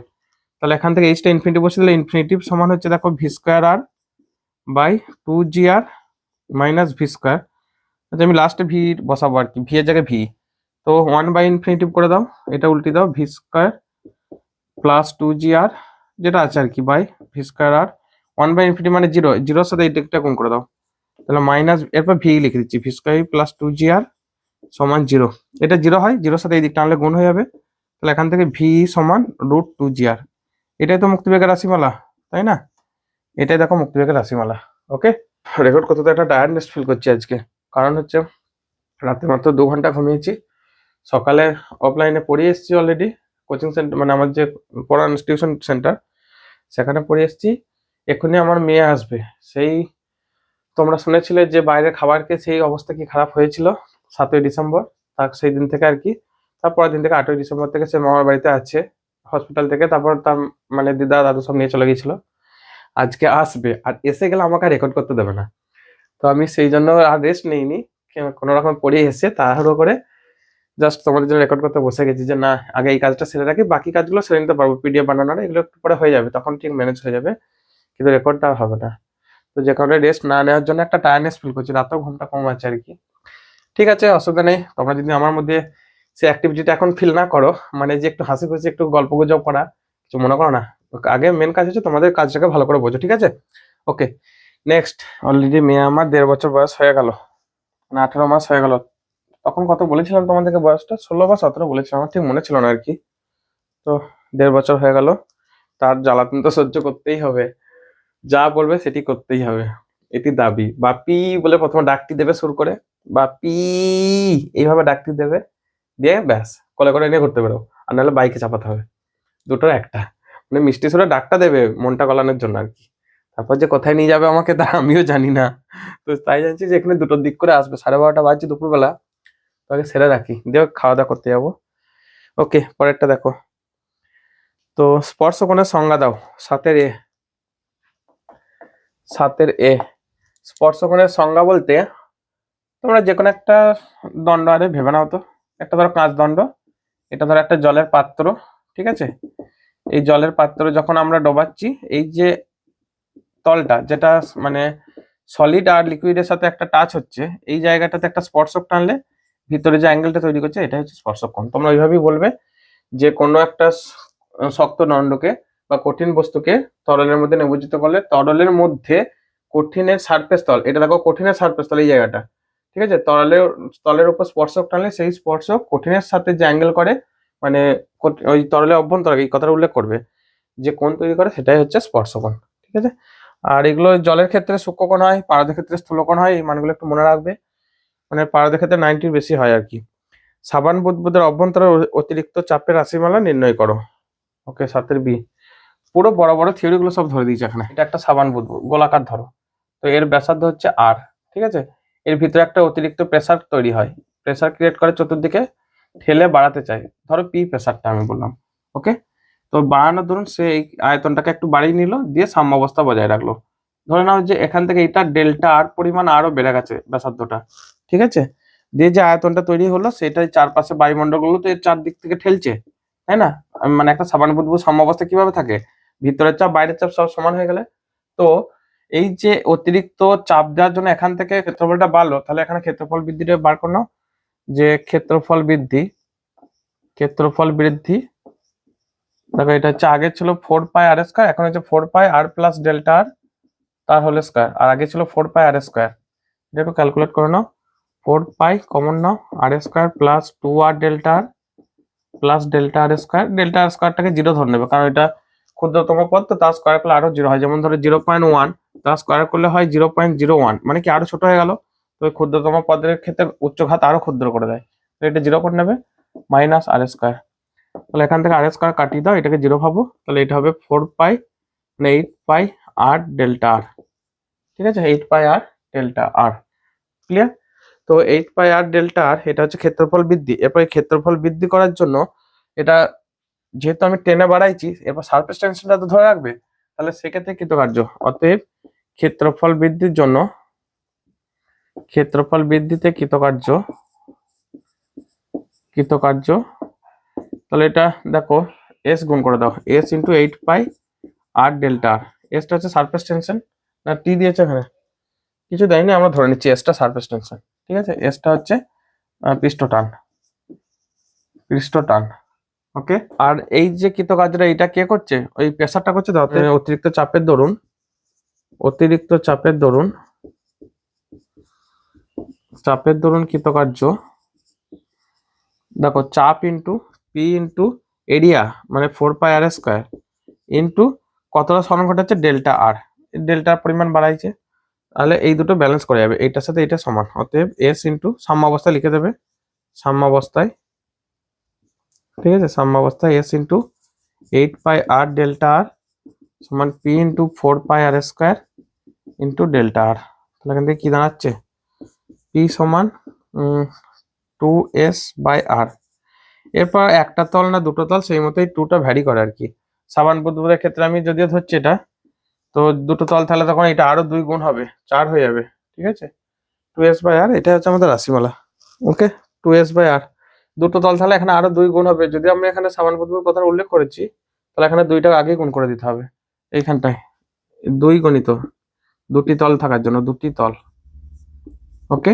যদি একটা তল হয় তখন 2s/r আসবে, আর নাহলে এটা 2 আর একটা গুণ হবে, তাহলে 4s/r আসবে।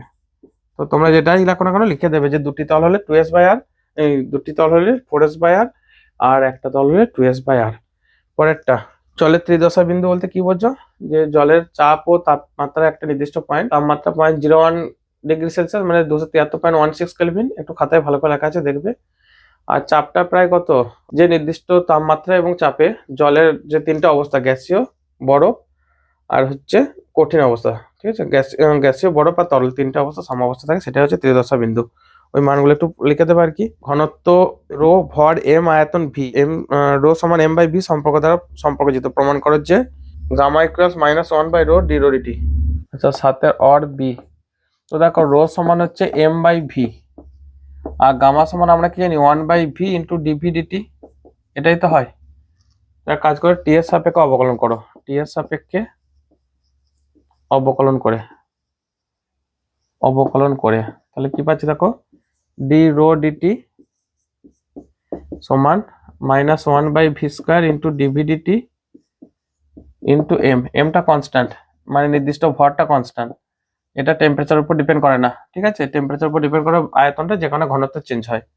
তাহলে কাজ করো সমান -m/v into 1/v D V D T, এটা কনভার্ট করে নাও, -m/v, রো মানে তো m/v, তাহলে minus rho 1/v D V D T মানে গামা, ঠিক আছে। তাহলে এখান থেকে কি পাচ্ছি, d/ρ dt মানে ওইটা, তাহলে গামা সমান -1/ρ, এই যে এখান থেকে বার করে নাও, ইন্টু d/ρ dt।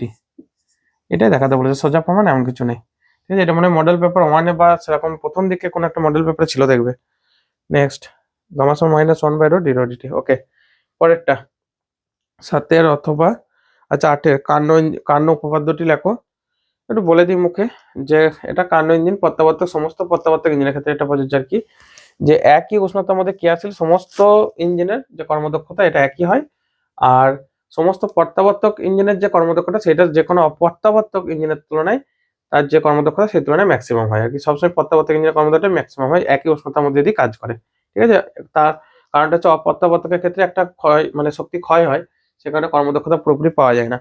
আচ্ছা নেক্সট কি বলেছে 8 বি, একটি আদর্শ গ্যাসের প্রাথমিক চাপ পি, রুদ্ধতাপ সংকোচনের ফলে গ্যাসটি অন্তিম ঘনত্ব প্রাথমিক ঘনত্ব n গুণ হয়, অন্তিম চাপের মান কত?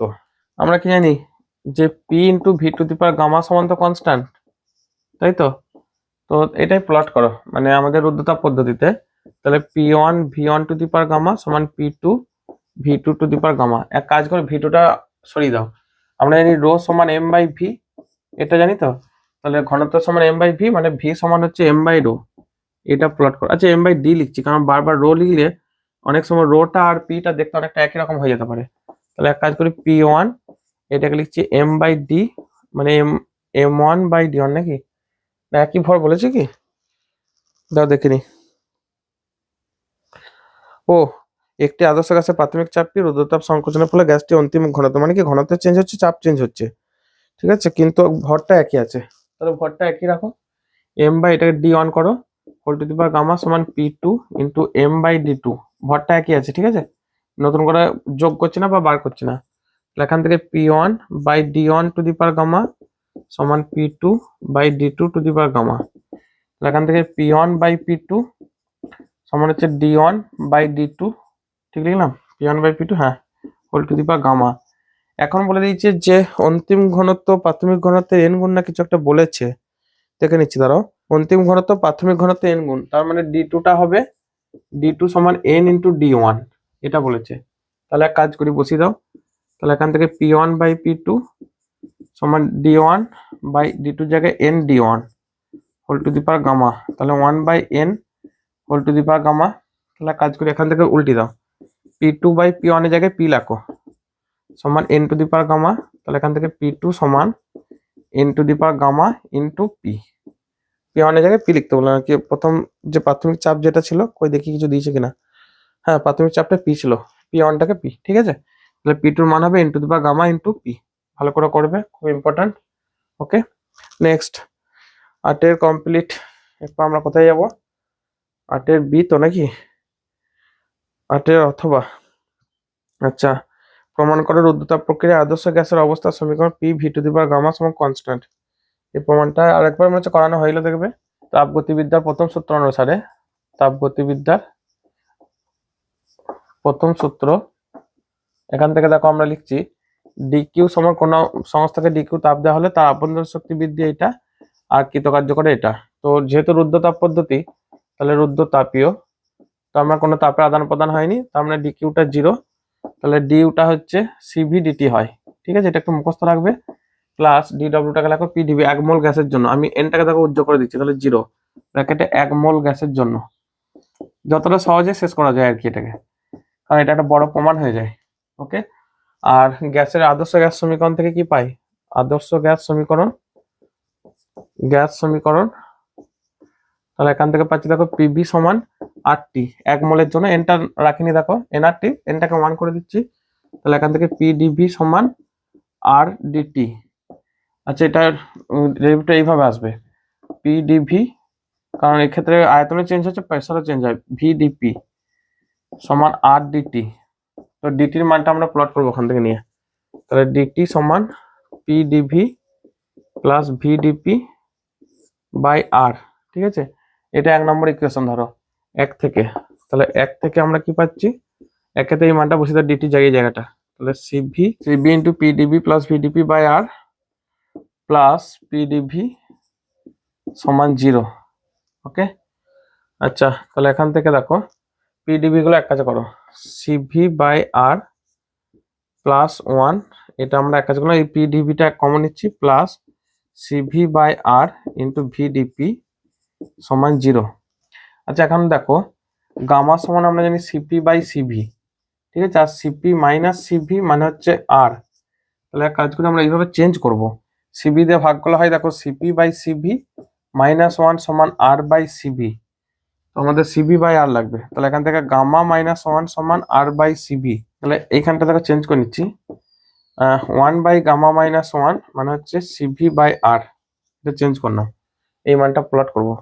তাহলে এখান থেকে 1/γ-1 প্লাস 1, ঠিক আছে, প্লাস CV/R এর জায়গায় লেখো 1/γ-1 ইন্টু VdP। এরে আরেকটা হারিয়ে গেলাম, যে এখানে একটা PdV ছিল, তো PdV দাও PdV প্লাস এটা, তো এটা PdV খুব বড় প্রমাণ একটা, ঠিক আছে, এটা সমান 0 করে দাও।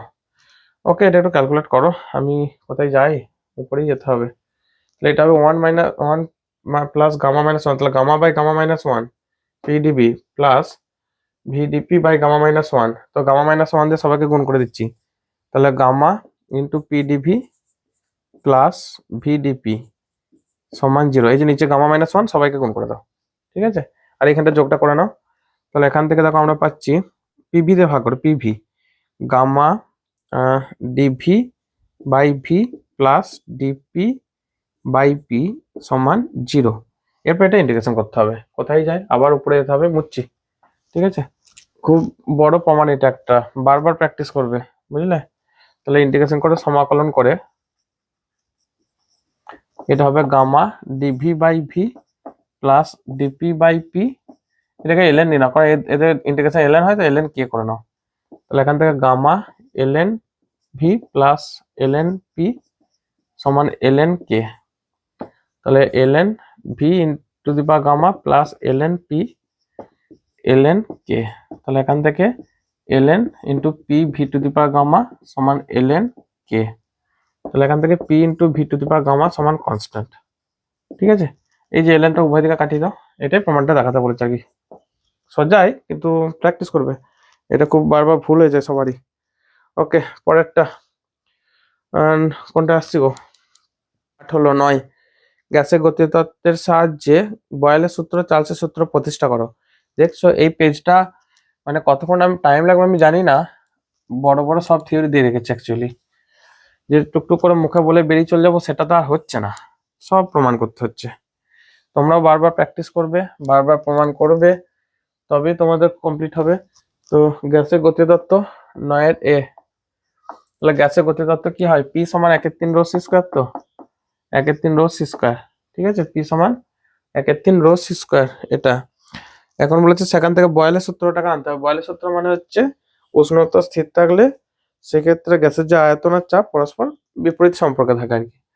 তো উষ্ণতা যখন স্থির, তাহলে আমরা কাজ করে উষ্ণতার আকারে নিয়ে আসি, এখান থেকে পি সমান 1/3, তোমরা জানো সি সমান √3RT/m, এই ফর্মুলাটা মনে আছে, বসিয়ে দাও, 1/3 রো এটা 3RT/m বসিয়ে দাও, ঠিক আছে। তাহলে এখান থেকে পি সমান 3 কেটে যাচ্ছে, RT ρ/m মানে হচ্ছে বাই ভি, এখান থেকে পিভি সমান RT, বয়েলের সূত্র তো উষ্ণতা স্থির থাকে, তাহলে পিভিটা হচ্ছে দেখো RT মানে কনস্ট্যান্ট, ঠিক আছে, অতএব পি ভ্যারিয়াজ 1/v, এটাই বয়েলের সূত্র। ওকে, বয়েলের সূত্র। আরেকটা বলেছে বয়েলের সূত্র, আরেকটা কি দিয়েছে, চার্লসের সূত্র প্রতিষ্ঠা করো, বাবা আবার এটাও আছে। তাহলে এখান থেকে আমি ঘুরিয়ে লিখবো, এই জায়গাটা থেকে পি সমান RT/v, ঠিক আছে। তাহলে এখান থেকে নির্দিষ্ট ভরের গ্যাসের ক্ষেত্রে চার্লসের সূত্র কি বলে, পিটা কনস্ট্যান্ট, নির্দিষ্ট ভরের গ্যাসের ক্ষেত্রে পিটা কনস্ট্যান্ট আর এমটা তো কনস্ট্যান্ট, যেখানে এমটা এখানে কোনো চাপ নেয়নি আর কি। তো তাহলে RT/v সমান কনস্ট্যান্ট, তার মানে এখান থেকে ভি প্রপোর্শনাল টু টি, এটাই হচ্ছে চার্লসের সূত্র, ঠিক আছে। চার্লসের সূত্র, চাপটা স্থির থাকলে তার যে আয়তন, টেম্পারেচার বাড়লে আয়তনটা কেলভিন এককে, এখানে টিটা হচ্ছে পরম তাপমাত্রা, কেলভিন এককে। আচ্ছা, নেক্সট কি দিয়েছে, শক্তি সমবিভাজন নীতিটি বিবৃত করে, যে গ্যাস অণু মোট যে গতিশক্তি বা স্থিতিশক্তি টোটাল যে এনার্জিটা, সেটা প্রত্যেকটা স্বাধীনতার মাত্রার মধ্যে সমানভাবে বণ্টিত হয় এবং প্রত্যেকটা ভাগের মধ্যে এই যে মানটা হয় হাফ কেটি করে, ঠিক আছে। টোটাল এনার্জিটা হচ্ছে 3/2 কেটি, আর এক একটা গ্যাস অণুর জন্য, সমস্ত গ্যাস অণু নেওয়া হচ্ছে না, তাই কে আছে, না হলে 8 থাকতো, 3/2 8টি থাকতো, ঠিক আছে। 3/2 কেটি, আর প্রত্যেকটা সংশ্লিষ্ট যে স্বাধীনতার মাত্রা সেটার মধ্যে যে বণ্টিত হয় সেটা হচ্ছে হাফ কেটি করে। ওকে, এটা নেক্সট। তারপর বলেছে, খুঁজে পাচ্ছি না যে কোশ্চেনটা, সমান ভরে একটি এক পরমাণু এবং একটি দ্বিপরমাণু গ্যাস একই উষ্ণতায় আছে, ওদের প্রত্যেককে সমপরিমাণ তাপ দিলে কোন গ্যাসটি উত্তপ্ত হবে? খুব সুন্দর সুন্দর কোশ্চেন, এত সুন্দর মানে ফিজিক্স কনসেপচুয়াল কোশ্চেন আর কোনো মডেল পেপার আমি পাইনি। এটা আমার চোখে পড়েছিল বলে আমি এটাকে আগে করালাম, বুঝলে তো? সো ভালো করে কনসেপ্ট ক্লিয়ার করবে। আর এই পেজটা হচ্ছে খুব কনসেপচুয়াল কোশ্চেন, ঠিক আছে? তো 1 মোল 1 পরমাণু গ্যাস আর 1 মোল দ্বিপরমাণু গ্যাস। কোশ্চেনটা বলেছে যে সমান ভরে একটি 1 পরমাণু এবং একটি দ্বিপরমাণু গ্যাস একই উষ্ণতায় আছে, প্রত্যেককে সমপরিমাণ তাপ দিলে কোন গ্যাসটা আগে উত্তপ্ত হবে? খুব সুন্দর কোশ্চেন। 1 পরমাণু গ্যাস, 1 পরমাণু গ্যাস, এক্সাম্পল হিলিয়াম, আর দ্বিপরমাণু গ্যাস, দ্বিপরমাণু গ্যাস একই টেম্পারেচার, একই তাপ দিচ্ছি, গ্যাস তাপ দিচ্ছি একই, তাপ একই দিলে, একই দেওয়া হলে এই ধরনের কোশ্চেন ফিজিক্সে প্রচুর আসে, ঠিক আছে? কে বেশি উত্তপ্ত হবে, কে বেশি উত্তপ্ত হবে, উত্তপ্ত হবে। ওকে, আমি সুবিধার্থে এখানে একটা এক্সাম্পল দিই। ধরো 1 পরমাণু গ্যাস হচ্ছে হিলিয়াম, দ্বিপরমাণু গ্যাস হচ্ছে অক্সিজেন। এই অক্সিজেন এবং হিলিয়াম এদের ভর একই, তাই তো? ভর একই দিয়েছে তো, ভর একই, ভর একই, আর হচ্ছে তাপ দিয়েছি একই, তাপ একই, প্রদত্ত তাপ একই, ঠিক আছে? তো এই ধরনের কোশ্চেন গুলো তোমরা ফিজিক্সে প্রায় পেয়ে থাকবে, দেখবে খুব গুরুত্বপূর্ণ কোশ্চেন। নিটে জয়েন্টে সবসময় কোশ্চেন এসে থাকে যে 1 পরমাণু কোনো গ্যাস দিয়ে দিল, দ্বিপরমাণু গ্যাস, শর্ত বলে দেবে যে তাদের ভরটা একই, অর্থাৎ ভর একই এবং প্রদত্ত তাপ একই, ঠিক আছে? তো এদেরকে যখন একই তাপ দিচ্ছি, কে বেশি উত্তপ্ত হবে? Very very important question. দেখো আমরা কিভাবে কনসেপচুয়ালি এটাকে সলভ করব সেটা বোঝার জন্য প্রথমে বোঝো যে হিলিয়াম গ্যাস 1 পরমাণু, এর যে স্থির আয়তনে মোলার আপেক্ষিক তাপ সিবির মান কত হবে? দেখো সিবির মান হচ্ছে আমাদের হাফ ইন্টু এফ আর, ঠিক আছে? হাফ ইন্টু এর স্বাধীনতার মাত্রা কত হবে? 3 দিকে ছোটাছুটি করতে পারে, অর্থাৎ একটা কণা 3 দিকে এক্স ওয়াই এবং জেড অ্যাক্সিস, ঠিক আছে? এক্স ওয়াই এবং জেড, তাহলে এটা হবে 3/2 আর, ঠিক আছে? আর অক্সিজেনের জন্য সিবির মানটা কত হবে? সিবি অর্থাৎ স্থির আয়তনে মোলার আপেক্ষিক তাপ, দেখো সেটা আমাদের হবে সিবি সমান হবে এখানে হাফ এফ আর, তো হাফ ইন্টু এফ আর, স্বাধীনতার মাত্রা কত হয়? 5টা হয়, 5/2 ইন্টু আর। তোমাদের সেই যে একটা ফর্মুলা এফ সমান, আমাদের ফর্মুলা ছিল দেখো 3n - k। তো যখন দ্বিপরমাণু গ্যাস, এইখানে একটা বাধা থাকছে মানে কেটা 1, একটা জায়গায় বাধা থাকে, বাকি তারা দুটো, এখানে দুটো আর এই মাঝখানে একটা, টোটাল 5টা পদ্ধতিতে যাতায়াত করতে পারে, ঠিক আছে? তাহলে দেখো সিভি অক্সিজেন মানে দ্বিপরমাণু গ্যাসের ক্ষেত্রে বেশি, এটা আমি সিবি2 নাম দিচ্ছি, এটা সিবি1 নাম দিচ্ছি, ঠিক আছে? তো এখন একই তাপ দেওয়া হচ্ছে, তাহলে dq1 বা q1 সমান q2, অর্থাৎ q1 সমান q2। তাহলে কি দাঁড়াচ্ছে? q1 মানে দেখো এই 1 পরমাণু গ্যাসের জন্য q1 মানে কত হবে? m একই ভর আছে, এটা সিবি1 মানে মোলার আপেক্ষিক তাপ, ঠিক আছে? আর এর যে টেম্পারেচার বৃদ্ধি সেটাকে আমি লিখছি ধর ডেল টি1, ওকে? আর এর ক্ষেত্রে একই হবে m del CB two into del টি2। খেয়াল করো এইখানে মানটা দেখে, এই মানটা আর এইটা কে বেশি গো? দেখো সিবি2 সিবি1 এর থেকে বেশি, অর্থাৎ সিবি টু গ্রেটার দেন সিবি1, মানে দ্বিপরমাণু গ্যাসের ক্ষেত্রে বেশি তার যে মোলার আপেক্ষিক তাপ। তাহলে এইখান থেকে দেখো এমটা কাটিয়ে দাও, অর্থাৎ সিভি1 বাই সিভি2 সমান ডেল টি2 বাই ডেল টি1। তাহলে এখন কি পেলাম? সিবি1 থেকে সিবি2 বেশি, তার মানে এটা বেশি, নিচেটা বেশি, উপরটা কম, মানে কম, একের থেকে কম, তাহলে এটা লেস দ্যান 1 হয়। তাহলে এখান থেকে ডেল টি2 লেস দ্যান ডেল টি1। খুব ইম্পর্টেন্ট এই ধরনের কোশ্চেন পরীক্ষাতে প্রায় এসে থাকে, ভালো করে তোমরা সলিউশন করবে।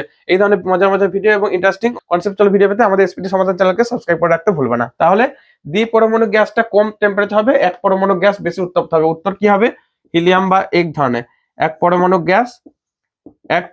গ্যাস বেশি উত্তপ্ত হবে, বেশি। আচ্ছা এখানে গ্যাসটা লেখা হলো না, 1 পরমাণু গ্যাস বেশি উত্তপ্ত হবে, ঠিক আছে? মনে থাকবে, এটা খুব ইন্টারেস্টিং একটা কোশ্চেন, উত্তপ্ত হবে। তো ভালো করে ক্লিয়ার করবে থিওরিটা, যে কিউ সমান এমএসটি যে ফর্মুলা, সেখান থেকে আমাদের এটা এসছে, ওকে? 1 মোল 1 পরমাণু গ্যাস এবং 1 মোল দ্বিপরমাণু গ্যাস মেশানো হলে মিশ্রণে গামার মান কত? গামার মান কি হয়? n1 cp1 plus n2 cp2 by n1 cv1 plus n2 cv2। আমাদের সুবিধার্থে দুটোই 1 মোল বলে দিয়েছে, তাহলে এক কাজ করো, n1 n2 সমান 1 মোল, অর্থাৎ n1 সমান n2 ইকুয়াল 1 মোল, এটা বসিয়ে দাও, ঠিক আছে? এটা বসিয়ে দাও, তাহলে আমাদের সবটা সুবিধা হয়ে যাবে। তাহলে cp1 plus cp2 by cv1 plus cv2, এটা করলেই আমাদের অ্যান্সার চলে আসবে। এবার cp1 বার করতে হবে, কি কি মান দেওয়া হচ্ছে? গামা1 আর গামা2 দিয়েছে শুধু, আর কিছু দেয়নি, 5/3 আর 7/3, ঠিক আছে? একটা এক পরমাণুক, একটা দ্বিপরমাণুক। তাহলে এখান থেকে দেখো cv1 আমরা কি জানি? r বাই গামা মাইনাস 1, এই ফর্মুলা। তাহলে r বাই গামাটা হচ্ছে 1 পরমাণুক, যার গামাটা হচ্ছে 5/3, তাহলে 5/3 - 1 মানে কত হয়? 2/3, তাহলে এটা হবে 3/2 r, ঠিক আছে, 3/2 আর। একইভাবে CV2 এটা হবে r/, এটা গামা 1 ছিল, গামা 2 -1, তাহলে r/, তাহলে গামা -1 মানে r/, এর গামাটা অ্যাকচুয়ালি মানটা ভুল আছে, ওটা 7/5 হবে, 7/5 -1 মানে 2/5 মানে 5/2 r। ঠিক আছে, বাকি এই মানগুলো CP1 মানে r + CB1 বসিয়ে দেবো, এটা r + CB2 এখানে বসিয়ে দাও, r + CP1 মানে CB1 মানে কত পেয়েছি 3/2 r। ঠিক আছে, প্লাস এটা r প্লাস এটাকে লিখছি দেখো 5/2 r। Okay, divided by CB1 মানে হচ্ছে 3/2 r প্লাস এটা হচ্ছে 5/2 r। তো তাহলে এখান থেকে আসছে দেখো আর আর কাটিয়ে দাও, তাহলে 1 + 3/2 মানে 5/2 প্লাস 7/2, ঠিক লিখলাম 7/2 বা এটা 3/2 প্লাস 5/2, তাহলে কত আছে 7 × 5 = 12, 5 × 3 = 8, 2 গুলো কেটে যাচ্ছে, তাহলে 4 3 = 12, 4 × 2 = 8 মানে 3/2, অর্থাৎ 3/2 এটা হচ্ছে গামার মান। ঠিক আছে, এটা এখানে একটা মান ভুল দেওয়া হচ্ছে কোশ্চেনে, এই যে গামা 2 এর মানটা 7/5 ওটা 7/3 দেওয়া আছে, 7/3 হবে না। ঠিক আছে, তো নেক্সট পরের কোশ্চেন কি দিয়েছে, 9 কমপ্লিট 10-টা গ্যাসীয় মাধ্যমে শব্দের গতিবেগ সংক্রান্ত নিউটনের সূত্রটি বিবৃত ব্যাখ্যা করো। আচ্ছা বলে দিই একটু, নিউটন ধরে নিয়েছিলেন যে গ্যাসীয় মাধ্যমে যে শব্দের বেগ সেটা স্থির মানে ধীরে সুস্থ হয়, তাড়াহুড়ো করা নয় আর কি। তো সেটা হচ্ছে সমউষ্ণ প্রক্রিয়া, খুব ধীরে ধীরে ঘটে, এবং তার যে বেগের রাশিমালাটা তিনি দেখেছিলেন √k/ρ। ঠিক আছে, পরে ল্যাপ্লাস সেটা বলে যে না দ্রুত এটা হয়, মানে খুব দ্রুত, মানে এটা পদ্ধতি, এবং এই যে পদ্ধতিটা এটা হচ্ছে একটা রুদ্ধতাপীয় প্রক্রিয়া, এবং সেখান থেকে তিনি দেখালেন যে কে এর মানটা হবে √γp। ঠিক আছে, কে এর মানটা হবে γp, তো γp/ρ হয় √, এটা আর কি। তো এটা অনেকবার হয়েছে, আর কিছু লিখছি না। আবার একটা কোশ্চেন যে নিউটনের সূত্রের উপর ল্যাপ্লাসের সংশোধন ব্যাখ্যা করো, তাহলে সংশোধনটা দেখাচ্ছি।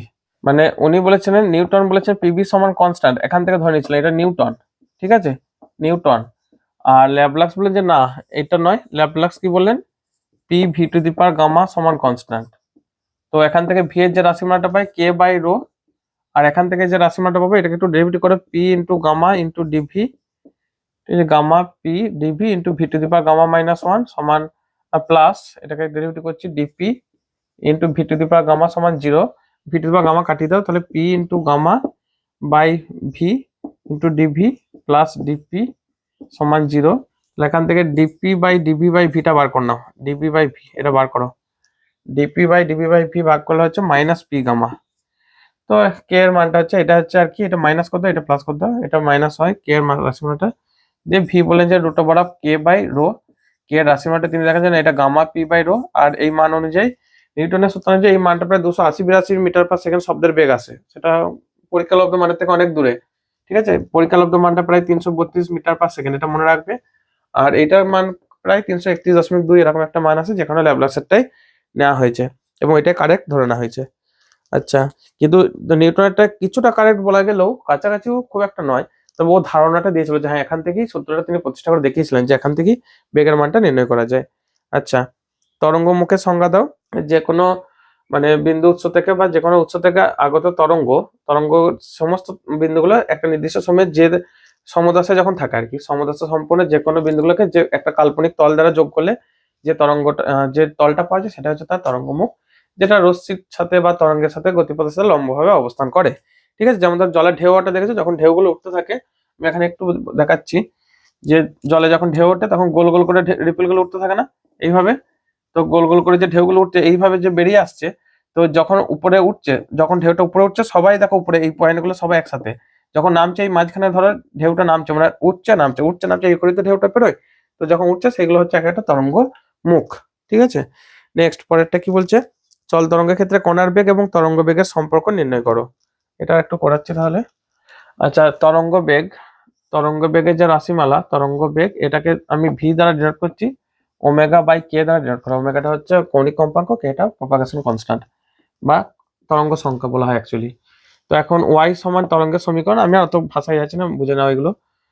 ধরো আমি বললাম a × sin of ωt - kx, তাহলে তরঙ্গ বেগ এটা হচ্ছে না কণার বেগ এটাকে লেখা হয়, এটা কণার সরণ ওয়াইটা, তাহলে dy/dt বা ∂y লিখবো আর কি, ∂y/t সমান হচ্ছে u। তো এটাকে দেখো t এর সাপেক্ষে ডেরিভেটিভ করলে a × ω cos of ωt - kx, আর ডেল ওয়াই ডেল এক্স একটা বার করে রাখো, এটাকে নতি বলা হয়। ডেল এক্স মানে সরণের নতি, সরণের নতি। তাহলে এখান থেকে কে এক্স এর সাপেক্ষে ডেরিভেটিভ করো, minus K A sine omega T minus K X. ঠিক আছে, তাহলে এখান থেকে দুটোকে ভাগ করে দাও, U by del Y del X, U by del Y del X সমান এটাকে কে কে এগুলো ভাগ করে দাও, ওমেগা বাই কে পড়ে থাকছে না মাইনাস থাকছে, মাইনাস ভি। তাহলে এখান থেকে ইউ সমান minus V del Y del X, del Y del X, এটা হচ্ছে তার সমীকরণ। ঠিক আছে, অর্থাৎ কণার বেগ সমান তরঙ্গের বেগ ইন্টু তার নতিটা, এটাই আর কি বার করতে বলেছে। ওকে, এমন কিছু ওঠে না, চাপে প্র্যাকটিস, এমনিতে কোনো অসুবিধা হবে না। পরেরটা দেখো, তো আমরা সেকশন সি ঢুকছি। পোয়াসের অনুপাত কি, এখানে এইভাবে বলবে, স্থিতিস্থাপক সীমার মধ্যে কোনো একটা দণ্ডকে টানলে তার যে পার্শ্ব বিকৃতি হয় এবং অনুদৈর্ঘ্য বিকৃতি, এই দুটো অনুপাত, সেটা হচ্ছে পোয়াসের অনুপাত। আর প্র্যাকটিক্যালি এর মান 0 থেকে 0.5 এর মধ্যে থাকে। একটি টান দেওয়া তারের পীড়ন বিকৃতি লেখচিত্র অঙ্কন করো এবং তাতে নতিবিন্দু অসহভার বিন্দু চিহ্নিত করো। 11 বি, এইদিকে বিকৃতি এইদিকে পীড়ন। ঠিক আছে, নিউটন পার মিটার স্কয়ার ধরো, এর একক আছে, বিকৃতি একক নাই। তো এইভাবে ওঠে, তারপর এইভাবে একটু গ্রাফটা নামে, দিয়ে আবার আস্তে আস্তে এইভাবে এই পয়েন্টে গিয়ে এরপর মানে অসহভারে চলে যায়, তখন নাম থাকে। আর এই পয়েন্টে এমন একটা বিন্দু, নতিবিন্দুর পরে, যে একে যদি পুনরায় আবার ছেড়ে দেওয়া হয়, তুমি একটা রাবারকে বারবার টানতে টানতে একটা টাইম পাস তার স্থায়ী বিকৃতি রয়েই যায়। এটা ধরো ও ওয়ান, এটা ও টু, এই যে ও ওয়ান ও টু, এটা হচ্ছে স্থায়ী একটা বিকৃতি, স্থায়ী বিকৃতি। ঠিক আছে, দেখা যাচ্ছে স্থায়ী বিকৃতি। তো এটা নতিবিন্দুটা হচ্ছে এটা, এটা হচ্ছে নতিবিন্দু, লিখে দিচ্ছি, এটা নতিবিন্দু। ঠিক আছে, আর এইখানে পড়ছে অসভার, এরপর কন্টিনিউ নেমে যায় গ্রাফটা, আর টানতে পারে না আর কি। তো আমি এখানে বি নাম দিলাম, বিটা হচ্ছে অসভার। যদি বিটা অ্যাকচুয়ালি এখানে আরো নামগুলো হতো বি সি ডি করে, অত দেওয়া দরকার নেই, আমাকে দুটো বলেছে, দুটোই দেখাবো। ঠিক আছে, নেক্সট পরেরটা কি বলেছে, এল দৈর্ঘ্যের ও আলফা প্রস্থচ্ছেদে একটি তারকে এল দৈর্ঘ্য বৃদ্ধি করা হলো, যেখানে এল লেস দ্যান এল। দেখা যাচ্ছে স্থিতিস্থাপক সীমা অতিক্রম না করলে স্থিতিশক্তি এত পরিমাণ বৃদ্ধি পায়। আচ্ছা, কাজ করি, এটা আমি অবকলন পদ্ধতিতে প্রমাণটা করে দিচ্ছি। তো ধরে নাও যে এই যে তারটা, এর ইয়ং মডুলাস দিয়ে দিয়েছে, তারটা অ্যাকচুয়াল লেন্থ এটা হচ্ছে এল। ঠিক আছে, আমি এখান থেকে যে বাড়াচ্ছি একটুখানি, তো এখান থেকে আমি টোটালটা ধরো এতটা পর্যন্ত বাড়াইছি ওজন দিয়ে, এটা হচ্ছে এল, ছোট হাতের এল। কিন্তু আমি ধরে নেবো যে একবারে এল বাড়াতে পারিনি, একটু একটু করে বাড়ছি, একটু টানলাম, আবার একটু টানলাম, আবার একটু, এইভাবে একটু একটু করে। ধরে নাও এখানটা কোনো এক মুহূর্তে ডিএল বাড়াইছি, ডিএল বাড়াতে কৃতকার্যটা বার করবো, দিয়ে এল বাড়াতে কৃতকার্য আমরা ইন্টিগ্রেশন করে দেবো, তাহলে সোজা। তো ডিএল, ডিএল দৈর্ঘ্য বৃদ্ধিতে কৃতকার্য, দেখো এটা হচ্ছে এফ ইন্টু ডিএল, এটা ডিডব্লিউ। অতএব এল দৈর্ঘ্য বৃদ্ধিতে কৃতকার্য, সেটাই স্থিতিশক্তি হিসেবে, মানে যেটা কাজ করবো টেনে বার করবো আর কি, টানবো, সেটাই স্থিতিশক্তি হিসেবে সঞ্চিত থাকে। তোমরা কার্যশক্তির যে উপপাদ্য এগুলো জানো। ঠিক আছে, তো তাহলে দেখো এল দৈর্ঘ্য বৃদ্ধিতে কৃতকার্য, এটা হচ্ছে ডব্লু সমান ইন্টিগ্রেশন 0 টু এল আর ডিডব্লু, এটাকে ইন্টিগ্রেশন করে দেবে। আচ্ছা, তাহলে এটাকে হবে 0 টু এল, ডিডব্লু মানে হচ্ছে এফ ডিএল। আচ্ছা, এফ এর মান হয়, দেখো ইয়ং মডুলাসের সংজ্ঞাটা কি হয়, পীড়ন F by alpha by L by L. তো তাহলে এটা হচ্ছে দেখো F by L, F by ছোট হাতের এল ইন্টু এল বাই বড় হাতের আলফা। তাহলে কাজ করো, এফ এর মানটা এখান থেকে বসিয়ে দাও, এফ সমান দেখো Y L alpha by capital L, এটা বসিয়ে দাও। তাহলে এখান থেকে আসতে দেখো ইন্টিগ্রেশন 0 টু এল ওয়াই ছোট হাতের L alpha by capital L into D L. ঠিক আছে, এই ওয়াই আলফা এল, অর্থাৎ ওয়াই আলফা বড় হাতের এগুলো কনস্ট্যান্ট, বাইরে বার করে নাও, এল ডিএল। তাহলে L DL integration L square by 2 Y alpha by capital L, L square by 2। ঠিক আছে, তো এটাই মনে হয় দেখাতে বলেছে, Y alpha L square by 2 capital L. অতএব সঞ্চিত স্থিতিশক্তি, এটা লিখবে স্থিতিশক্তি বা সঞ্চিত স্থিতিশক্তি আর কি, সঞ্চিত। আর আমার বোনের নাম সঞ্চিতা, নামটা বেশ ভালো। সঞ্চিত স্থিতিশক্তি, এটা হচ্ছে Y alpha L square by 12, এটাই জানতে চেয়েছে। বোনের নাম একটু সঞ্চিতা, ওই জন্য মনে পড়লো যে নামটা বেশ ভালো। কি ঠিক লিখলাম তো, Y alpha L square by 12। হ্যাঁ, ঠিক আছে। পরে প্রমাণ, তোমরা অবকলন পদ্ধতির সাহায্যে খুব ছোট করে হয়ে যাবে, না হলে তোমাদেরকে যদি নর্মাল পদ্ধতি করো, তোমাদেরকে দুটো বল ভাবতে হবে। যখন জিরো মানে টানিনি, তখন জিরো ফোর্স প্রত্যানায়ক বলটা, যখন এল দৈর্ঘ্য টানছি তখন এফ ফোর্স, যে দুটো গড় বল 0 plus F by 2, F by 2 করে দিয়ে এফ বাই 2 গুণ করতে হবে তখন। ঠিক আছে, এটা এফ এর জায়গায় এফ বাই 2 গুণ করে বাকিটা যা আছে রাশিমালাগুলো বসালেই চলে আসবে। ওকে, নেক্সট পরে কি আছে, অথবা একই উপাদানে এবং একই প্রস্থচ্ছেদে তিনটি দণ্ডকে চিত্রে দেখানো হয়েছে, তো দণ্ডগুলির দৈর্ঘ্য সমান, দণ্ড তিনটি সংযোগস্থলের উষ্ণতা নির্ণয় করো। ওকে, তো দেখো আমাদের এই যে এটাও বেশি উষ্ণতা এটাও বেশি উষ্ণতা, তাহলে এই দুটো থেকে যে তাপ পাঠাবে এই দুটো মিলে এই যে তাপটা আসবে এটা, তার মানে Q2 আর Q3 যে তাপ পাঠাবে Q3 সমান হচ্ছে Q1, বোঝা গেল? এখান থেকে তাপ আসবে এখান থেকে তাপ যাবে, দুটো মিলে এইটা দণ্ডটার মধ্যে দিয়ে যাবে আর কি। ওকে, তো সংযোগস্থলের উষ্ণতা থিটা ধরে নিচ্ছি, তাহলে একটা যে ফর্মুলা হয় Q সমান K A theta theta 2 minus theta 1 into T by D. তো লেন্থ গুলো সবাইকার ডি বলে দিয়েছে, একই দৈর্ঘ্য, সবাইকার উপাদান একই, মানে কেটা একই, প্রস্থচ্ছেদ একই, টাইমে একই টাইমে আসছে আর কি, শুধু থিটা গুলো নিয়ে কাজ আমাদের। তাহলে এখান থেকে আমরা কি করতে পারি, এক কাজ করে কিউ এর মানগুলোকে এইভাবে লিখছি না, কে ইন্টু আলফা, প্রস্থচ্ছেদ উপাদান সবই একই, মানে এগুলো সব একই থাকবে, কে আলফা, এটা দেখো থিটা 2 লিখছি, থিটা 2 90 থেকে 0 থিটাতে যাচ্ছে, তাহলে 90 minus theta by D R into A plus theta cube 3টা দেখো 90 থেকে থিটাতে যাচ্ছে, তাহলে K alpha 90 minus theta by D into A. আচ্ছা টিটা ছিল একটা, টাইমটা দিয়ে দেবে জাস্ট, পরে সব কেটে যাবে, কোনো অসুবিধা নাই, ঠিক আছে? তো এইটা Q1 এর সাথে সমান, Q1 মানে থিটা থেকে 0তে যাচ্ছে, তাহলে K alpha theta minus 0 A into T by D, ঠিক আছে? আমি এত কিছু না লিখলেও চলতো, অ্যাকচুয়াল আমাদের রাশিমালা যেটা লাগবে সেটা হচ্ছে এটা 90 মাইনাস থিটা, বাকি সব কেটে আছে দেখো, প্লাস 90 মাইনাস থিটা, এটা দেখো থিটা মাইনাস 0, এইটুকু লাগবে। 90 90 180 মাইনাস 2 থিটা সমান থিটা, তাহলে এখান থেকে 180 সমান হচ্ছে 2 থিটা প্লাস থিটা 3 থিটা, তাহলে থিটা সমান হচ্ছে 60 ডিগ্রি সেলসিয়াস।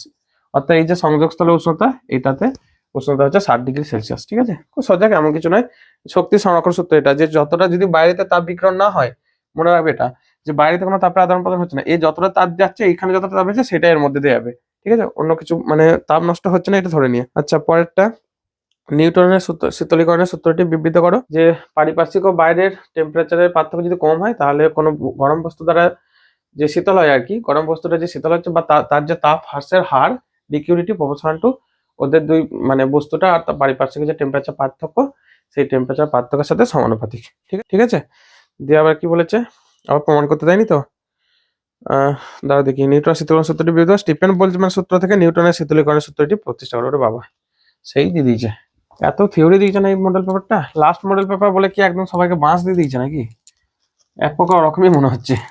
মানে এটা যে তোমাদের পরীক্ষাতে কতক্ষণে তোমরা শেষ করতে পারবে আমি জানি না, প্রচুর প্র্যাকটিসের মধ্যে রাখতে হবে, ঠিক আছে? বড় বড় থিওরি দিয়েছে, এরকম থিওরি দিলে যদি কোশ্চেন পেপার যদি ভাগ্য খারাপ হয়, এরকম বড় বড় থিওরি চলে এলে কিন্তু গেল, তোমাদেরকে টাইমটা পাওয়াটা মুশকিল। পারবে না আমি বলছি না, প্রচুর প্র্যাকটিস করো, কিন্তু টাইমের মধ্যে শেষ করতে হবে, যেটা তোমাদের মানে একটা প্রবলেম হয়েছে সকলে শুনলাম থার্ড সেমিস্টারে, টাইম মেনটেন করতে পারোনি, তো সেটা যাতে না হয় সেটা চেষ্টা করো। তোমাদেরও শুধু দোষ ছিল না, যারা আর কি কি বলবো পরিচালনা করছে তাদের তো বড় দোষ, সিস্টেমেরই যদি দোষ থাকে তোমাদেরকে আর কি বলবো। আচ্ছা শীতলীকরণ সূত্র আমি শর্টে একটু করে দিচ্ছি, বুঝলে? 11 এটা অনেকবার হয়েছে, যে এখান থেকে আমরা কি লিখতে পারি, যে টেম্পারেচার যে পার্থক্য আর কি, সেটা হচ্ছে টি টু দ্বারা এখানে লিখছি DQ DT proportional to T to the power 4 minus T 0 to the power 4। এখন এদের মধ্যে টেম্পারেচার পার্থক্যটা খুবই কম, ঠিক আছে? তাহলে ডিকিউ ডিটি এখান থেকে আমরা লিখছি সমান কে ইন্টু ওইটাকে ভেঙে দাও টি স্কোয়ার, না একটা ম্যাথমেটিক্যাল এক্সপ্রেশন, এটা টি স্কোয়ার প্লাস টি 0 স্কোয়ার। ওকে, তাহলে এটা টি প্লাস টি 0 আর টি minus T 0 into T square plus টি 0 স্কোয়ার। তো তোমরা প্রায় টিটাকে প্রায় টি 0 বসাও, কিন্তু আবার মাইনাসে বসাবে না, তাহলে সব 0 হয়ে যাবে, সেটা করবে না। কে ইন্টু এটাকে 2t0 ধরো, এটাকে টি মাইনাস টি 0 ধরো, এটা হচ্ছে 2t0 স্কোয়ার। এখানে টি 0টা হচ্ছে পারিপার্শ্বিক বস্তুর উষ্ণতা, ঠিক আছে? লেখার দরকার নেই যদিও, বুঝে যাবে। তাহলে এটা 2 দুগুণে 4 4k t0 cube into T minus T 0, এই পুরোটাকে সি ধরানো, C into T minus T 0। তাহলে এখান থেকে কি দাঁড়াচ্ছে, ডিকিউডিটি, অতএব ডিকিউডিটি এটাই জানতে চাইছে যে প্রমাণটা করো, ডিকিউডিটি proportional to T minus T 0, পারিপার্শ্বিক আর বস্তু উষ্ণতা পার্থক্যের সাথে সমানুপাতিক, এটাই বলেছে আর কি, এমন কিছু নয়, বহুবার এসছে পরীক্ষায় কোশ্চেনটা। নেক্সট পরেরটা কি দিয়েছে, শেষ হলো 12 দাগ, একই দৈর্ঘ্যে খোলা নলের মূলসুরা কম্পাঙ্ক বদ্ধ নলের মূলসুরা কম্পাঙ্কের দ্বিগুণ, এটা আবার প্রমাণ করতে বলেছে। তাহলে আমাকে দুটো নল আঁকতেই হবে, এটা ধরো বদ্ধ নল, আমি আর বিরাট কিছু এটা নিয়ে আলোচনায় আসবো না, এটা বদ্ধ নল, ঠিক আছে। এটা হচ্ছে খোলা নল, একই দৈর্ঘ্য একই প্রস্থ, হচ্ছে সবই একই আর কি। ধরে নাও এরও দৈর্ঘ্য এল, এরও দৈর্ঘ্য এল, যদি ছবির একটু ডিফারেন্স লাগছে তোমরা ভেবে নাও যে একই, ঠিক আছে। এইখানটা মনে রাখবে সুস্পন্দ বিন্দু, এখানটা নিস্পন্দ তৈরি করে, বদ্ধ প্রান্তে নিস্পন্দ বিন্দু তৈরি করে আর খোলা প্রান্তে সুস্পন্দ। বহুবার কথাটা বলেছি। তাহলে গ্রাফটা অনেকটা এরকম আসবে ওয়েভটা কমপ্লিট করার জন্য, মানে একটা ওয়েভের 1/4। আর এইটার ক্ষেত্রে এইখানটা সুস্পন্দ, এইখানটা সুস্পন্দ, তাহলে মাঝে একটা নিস্পন্দ তৈরি করে, এই যে এরকম গ্রাফগুলো হয় এইটা। তো এইখান থেকে যদি আমরা আঁকি, আচ্ছা এটা আর একটু নামবে, এইটা নিস্পন্দ, এইটা নিস্পন্দ, মাঝে এটা হচ্ছে সুস্পন্দ, এইখান থেকে এতটা কাঁপছে মানে এই বিন্দুটা হচ্ছে সুস্পন্দ, ঠিক আছে। তাহলে দুটো নিস্পন্দ বিন্দুর মাঝে একটা সুস্পন্দ, আর এইটার ক্ষেত্রে দেখো একটা সুস্পন্দ নিস্পন্দ, তাহলে দেখো এইটা সুস্পন্দ এটা নিস্পন্দ, দুটো দূরত্ব কত হয়, এই টোটাল ওয়েভটা হচ্ছে ল্যামডা, এইখান থেকে এটা হচ্ছে λ/2, ঠিক আছে। আর এখান থেকে এটা হবে λ/4, এখান থেকে এটা হচ্ছে λ/4, ওকে। তাহলে এখান থেকে দেখো এটা হচ্ছে λ/4, এই দূরত্বটাকে বলবো λ/4, আর এইটা একটা মাঝে নিস্পন্দ তৈরি করো, তাহলে গ্রাফটা এইভাবে আসবে। দেখো গ্রাফটা, এই গ্রাফটা খুব ভালো লাগে, আমি বারবার বলি, মোটামুটি ঠিক আছে। তাহলে এখান থেকে এটা λ/4, এখান থেকে এটা λ/4, এটা λ/4, একটা নিস্পন্দ থেকে একটা সুস্পন্দ দূরত্ব, এটাও λ/4, ঠিক আছে। নিস্পন্দ থেকে সুস্পন্দ টোটালটা হচ্ছে λ/2, এখান থেকে এটা।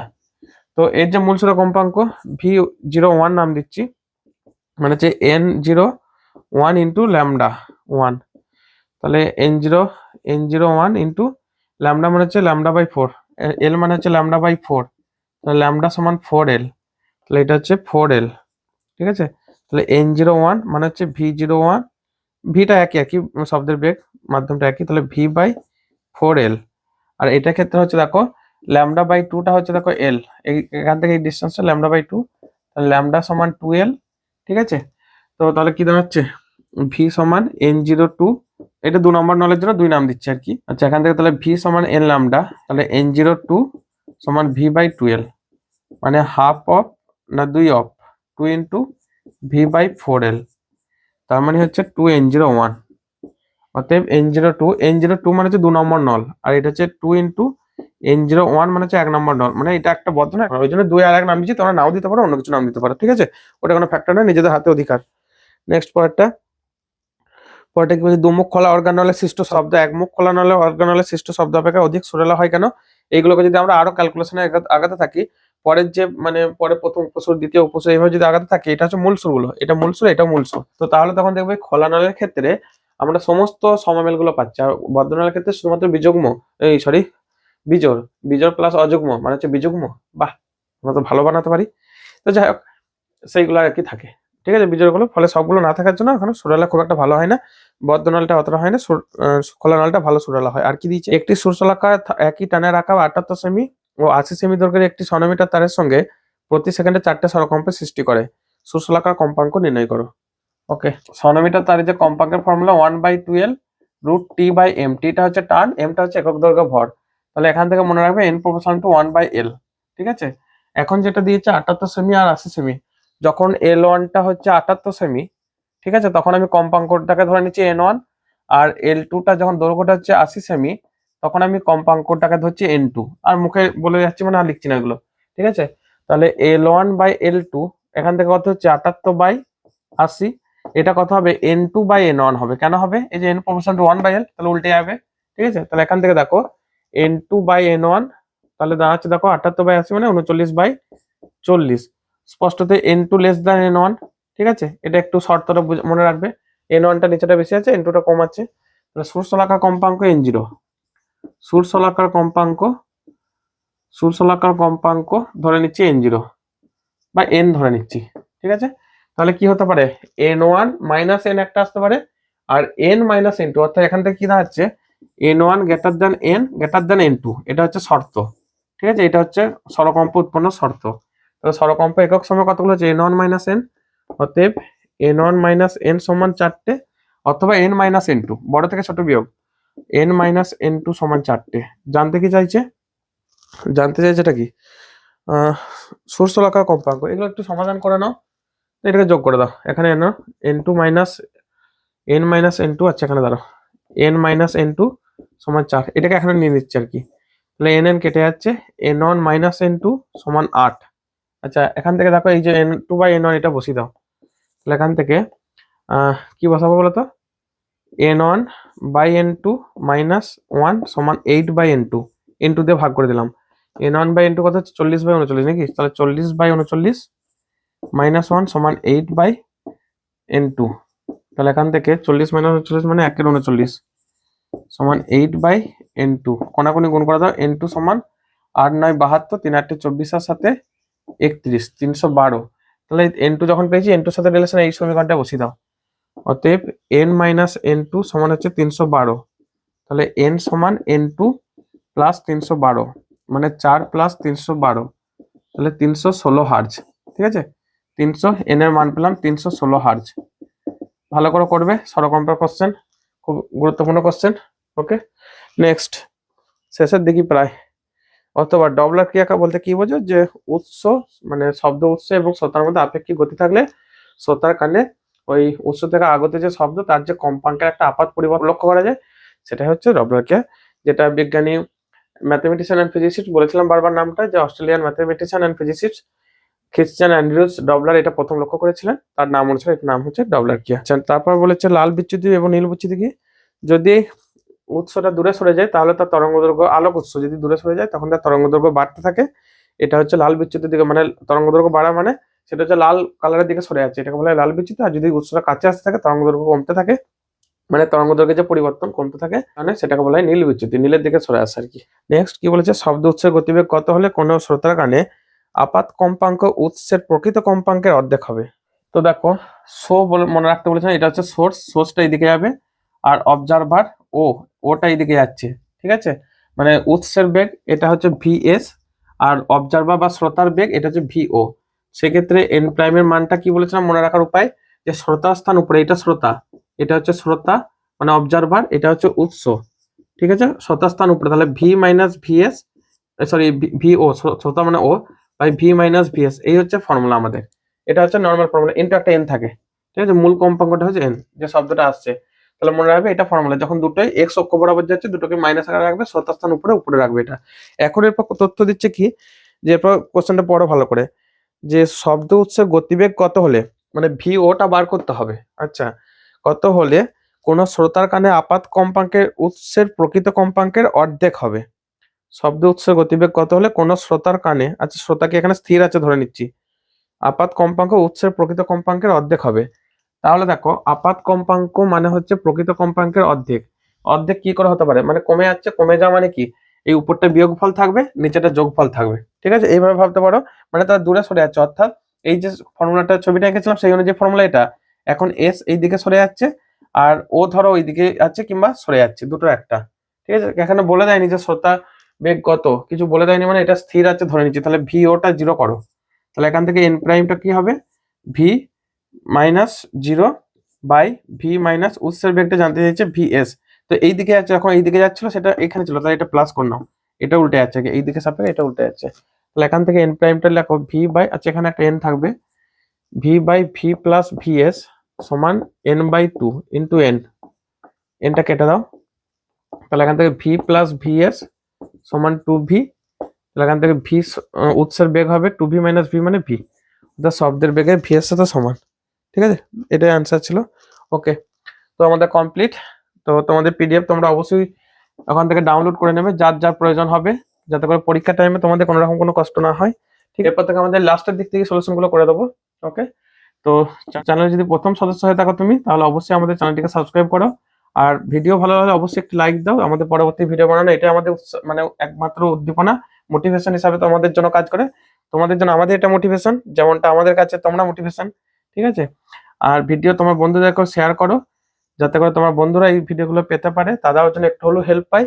ওকে, আর তোমার মতামত অবশ্যই আমাদের কমেন্ট বক্সে জানাও, সেখানে আমরা তোমার জন্য অবশ্যই অপেক্ষা করবো এবং তোমার কমেন্টে রিপ্লাই দেবো। আর পিডিএফ ভালো লাগলে সেটা একটা আমাদের জন্য একটা ভালো আর কি, প্রচুর জন পিডিএফ ডাউনলোড করছে, বহু জন অলরেডি করেছে, প্রত্যেকটা ভিডিওর পর পিডিএফ আসতে হবে, যাতে করে পরীক্ষার সময় এসে গেলে তোমাদেরকে পুরো ভিডিও বা চ্যানেল খুঁজে মানে বারবার খুঁজে যেতে না হয়। বলছি পিডিএফটা ডাউনলোড করবে কি করে, তোমরা ফার্স্ট হচ্ছে তোমরা পিডিএফটাতে যে লিঙ্কটা দেওয়া হচ্ছে মানে ডেসক্রিপশন বক্সে বা কমেন্টে যে লিঙ্কটা থাকছে সেই লিঙ্কটাতে তোমরা ক্লিক করো। এই লিঙ্কটা ক্লিক করে, হ্যাঁ লিঙ্কটা ক্লিক করলে তোমাদেরকে একটা দেখো পেজ খুলে যাবে, সেই পেজটাতে ফার্স্ট তোমাকে দেখাতে দেখবে 9 টাকা করে লেখা আছে, ওইটা মানে ম্যান্ডেটরি। তোমার 3টে জিনিস দিতে হবে, একটা হচ্ছে স্টুডেন্ট নেম, প্রথমে ইমেল আইডি, ফোন নাম্বার, তারপর স্টুডেন্ট নেম। কেন এটা ম্যান্ডেটরি? ধরো কোনো কারণে তোমার মানে পেমেন্টে প্রবলেম হয়ে গেল, হতে পারে তোমার ব্যাংক অ্যাকাউন্ট থেকে টাকা কাটা গেছে কিন্তু তুমি পেমেন্ট ফেল দেখাচ্ছে, হতে পারে যে তোমার পেমেন্ট হয়ে গেছে কিন্তু তোমার পিডিএফ খুলছে না, কোনো না কোনো সমস্যা হলো, তখন তুমি আমাকে ওই যে জিমেল আইডিটা দেওয়া আছে দেখো এসপিডি সমাধান 2025@gmail.com, ওখানে তুমি কন্ট্যাক্ট করলে বা ফি রিসিপ্টটা পাঠালে বা যে কোনো প্রমাণ স্বরূপ আমাকে একবার জানালে আমি তোমাকে অন্য কোনো ভাবে ওই পিডিএফটা তোমাকে প্রোভাইড করতে পারবো। মানে সেক্ষেত্রে তোমার সাথে আমি পার্সোনাল কন্ট্যাক্ট নাম্বার থেকেও কন্ট্যাক্ট করে তোমাকে আমি কন্ট্যাক্ট করতে পারবো। ঠিক আছে, খেয়াল রাখবে যে আমার ওই জিমেল আইডি থেকেই তোমার কাছে মানে ওই জিমেল যাবে, অন্য কোনো জায়গা থেকে যাবে না, সুতরাং স্প্যাম হওয়ার ভয়টা নেই। আশা করি তোমরা জিমেল আইডিটা দেখে নিচ্ছ, আমি একবার লিখে দিচ্ছি এখানে। জিমেল আইডিটা হচ্ছে এসপিডি সমাধান, ঠিক আছে, 2025@gmail.com, ঠিক আছে, gmail.com। ওকে, তো এইটা থেকেই জিমেল যাবে, অন্য কোনো যদি আইডি থেকে জিমেল যায় তাহলে যাবে, সেটা আমি করছি না, অন্য কেউ করছে, সেটার ক্ষেত্রে তুমি সাবধান থেকো।